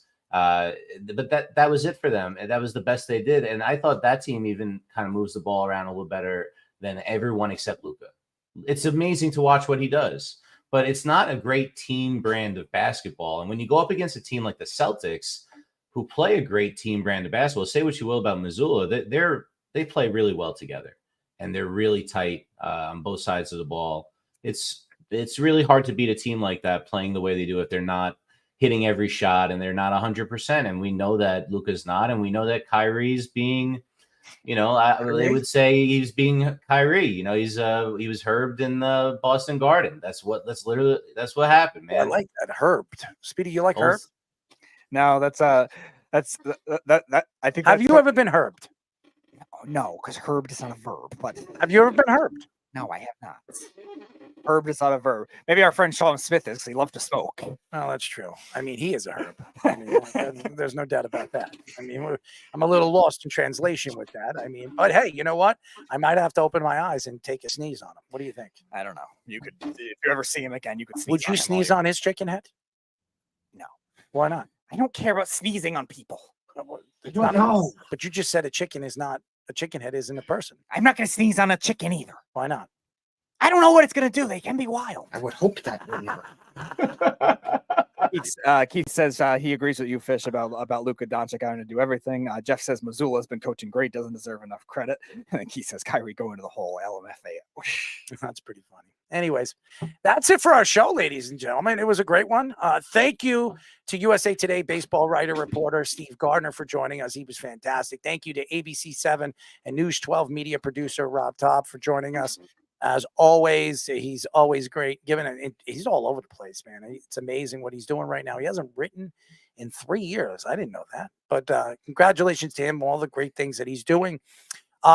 We're going to be back on Thursday, as we always are, at 7 p.m. Who do we have on, Speed? All right, so he was supposed to be on last week, Lick McCree, USC tight end, who we had on a couple of years ago. He'll be back on the show at 8 o'clock. He had a last-second cancellation last week because he had a practice, but he will be on for this week at 8 o'clock. And then returning to the show at 9 o'clock, our friend, the Sneakerhead, Antoine Harris, will be back on, former Falcons, Eagles, and Titans safety, and founder of Sneakerhead University. Excited to have him on. Antoine's always great. Always does so many great things for us on our show, and he's funny. He's a funny guy. Yes. And good for me and good for you. Well, it's good for both of us. That one actually is good for both of us. It is good for both of us. It is good for both of us. Anyways, thank you to Fish for all the graphics that he posts up and all the things that he does offset. I don't think anybody understands how much work he puts into it, all the stuff that he does. So thank you to Fish. Thank you to our friend Tommy Scoops for being what he is, our sports minute guy, our guy that gives us so much, on the topics, during the top of the hour. So thank you to Tommy, as he always does a good job. And Speedy, thank you for all the work that you do and all the time you put in for the shows and the network. And you're Speedy, man. Are you ready to shave that beard this weekend? I probably will. No, Shave the ass, Speedy. We're not Shave kidding. the ass. We're going to clean off that beard, and I'm going to take you to my barber, and you're going to look actually, half man, not half woman. Okay, we don't want to do that. I mean, seriously, I don't want to see that. Oh, there it is. Look at that. Look at the chicken, Speedy. I saw. Oh, look at the boots. The chicken heads with the boots. I see. I mean, Good for you. Jeff loves chicken heads. He probably does. You want to hang out with Jeff? No. If Jeff wants to bet on something involving chicken heads, he can. Well, he doesn't have to bet. He just wants to hang out with them. Okay, well, then that's up to Jeff. Do you want to hang out with It Jeff? has nothing to do with me. Well, Ask Jeff. I mean, Kyrie hangs out with chicken heads. Okay, Kyrie Irving hangs out with chicken heads. Maybe Porzingis does, and maybe Jeff does. I mean, as far as I'm concerned, if they're chicken heads, Jeff loves them. Okay. So why can't you hang out with them with the chicken? It's nothing to do with me. Ask Jeff. I'm just asking you because it's important to me. I don't know that. I am answer. lost here, and so am I. I'm not. Why? Why? What are you lost about? I mean, the concept of chicken heads. I would hope that would never happen. Anyways, that's Speedy, ladies and gentlemen, as always. Thank you to all the fans, as always. Thank you for everybody that tunes in, checks us out all over our social medias and YouTube. Subscribe to us, The Sports Loudmouth, Spotify, Apple, The Sports Loudmouth. We really appreciate all the guys that check out all our clips, all the different shorts that we post up, TikTok, and all the, obviously YouTube. Keep following us, keep subscribing to us. Tell everybody to subscribe to us on YouTube and all the different platforms we're on. We're really appreciated. We appreciate all the stuff that you guys do for us on and off the show. So, and yes, the Yankees are kicking ass 9-0 right now. 7th inning. It's just complete domination over a very good Kansas City Royals team. So yes, it is evolution, Speedy. Is it evolution for you, Speedy? It has nothing to do with me because I'm not a Yankee fan. Well, it is evolution. Yeah, it is. It is. There you go. Anyways, that's it for our show. We'll be back on Thursday. Until then, this is Errol Marks and Speedy Petey and all the guys, Aaron Fishman and Scoop, saying good night. We'll talk to you then. Good night, everybody. It's the Worldwide Sports Radio Network.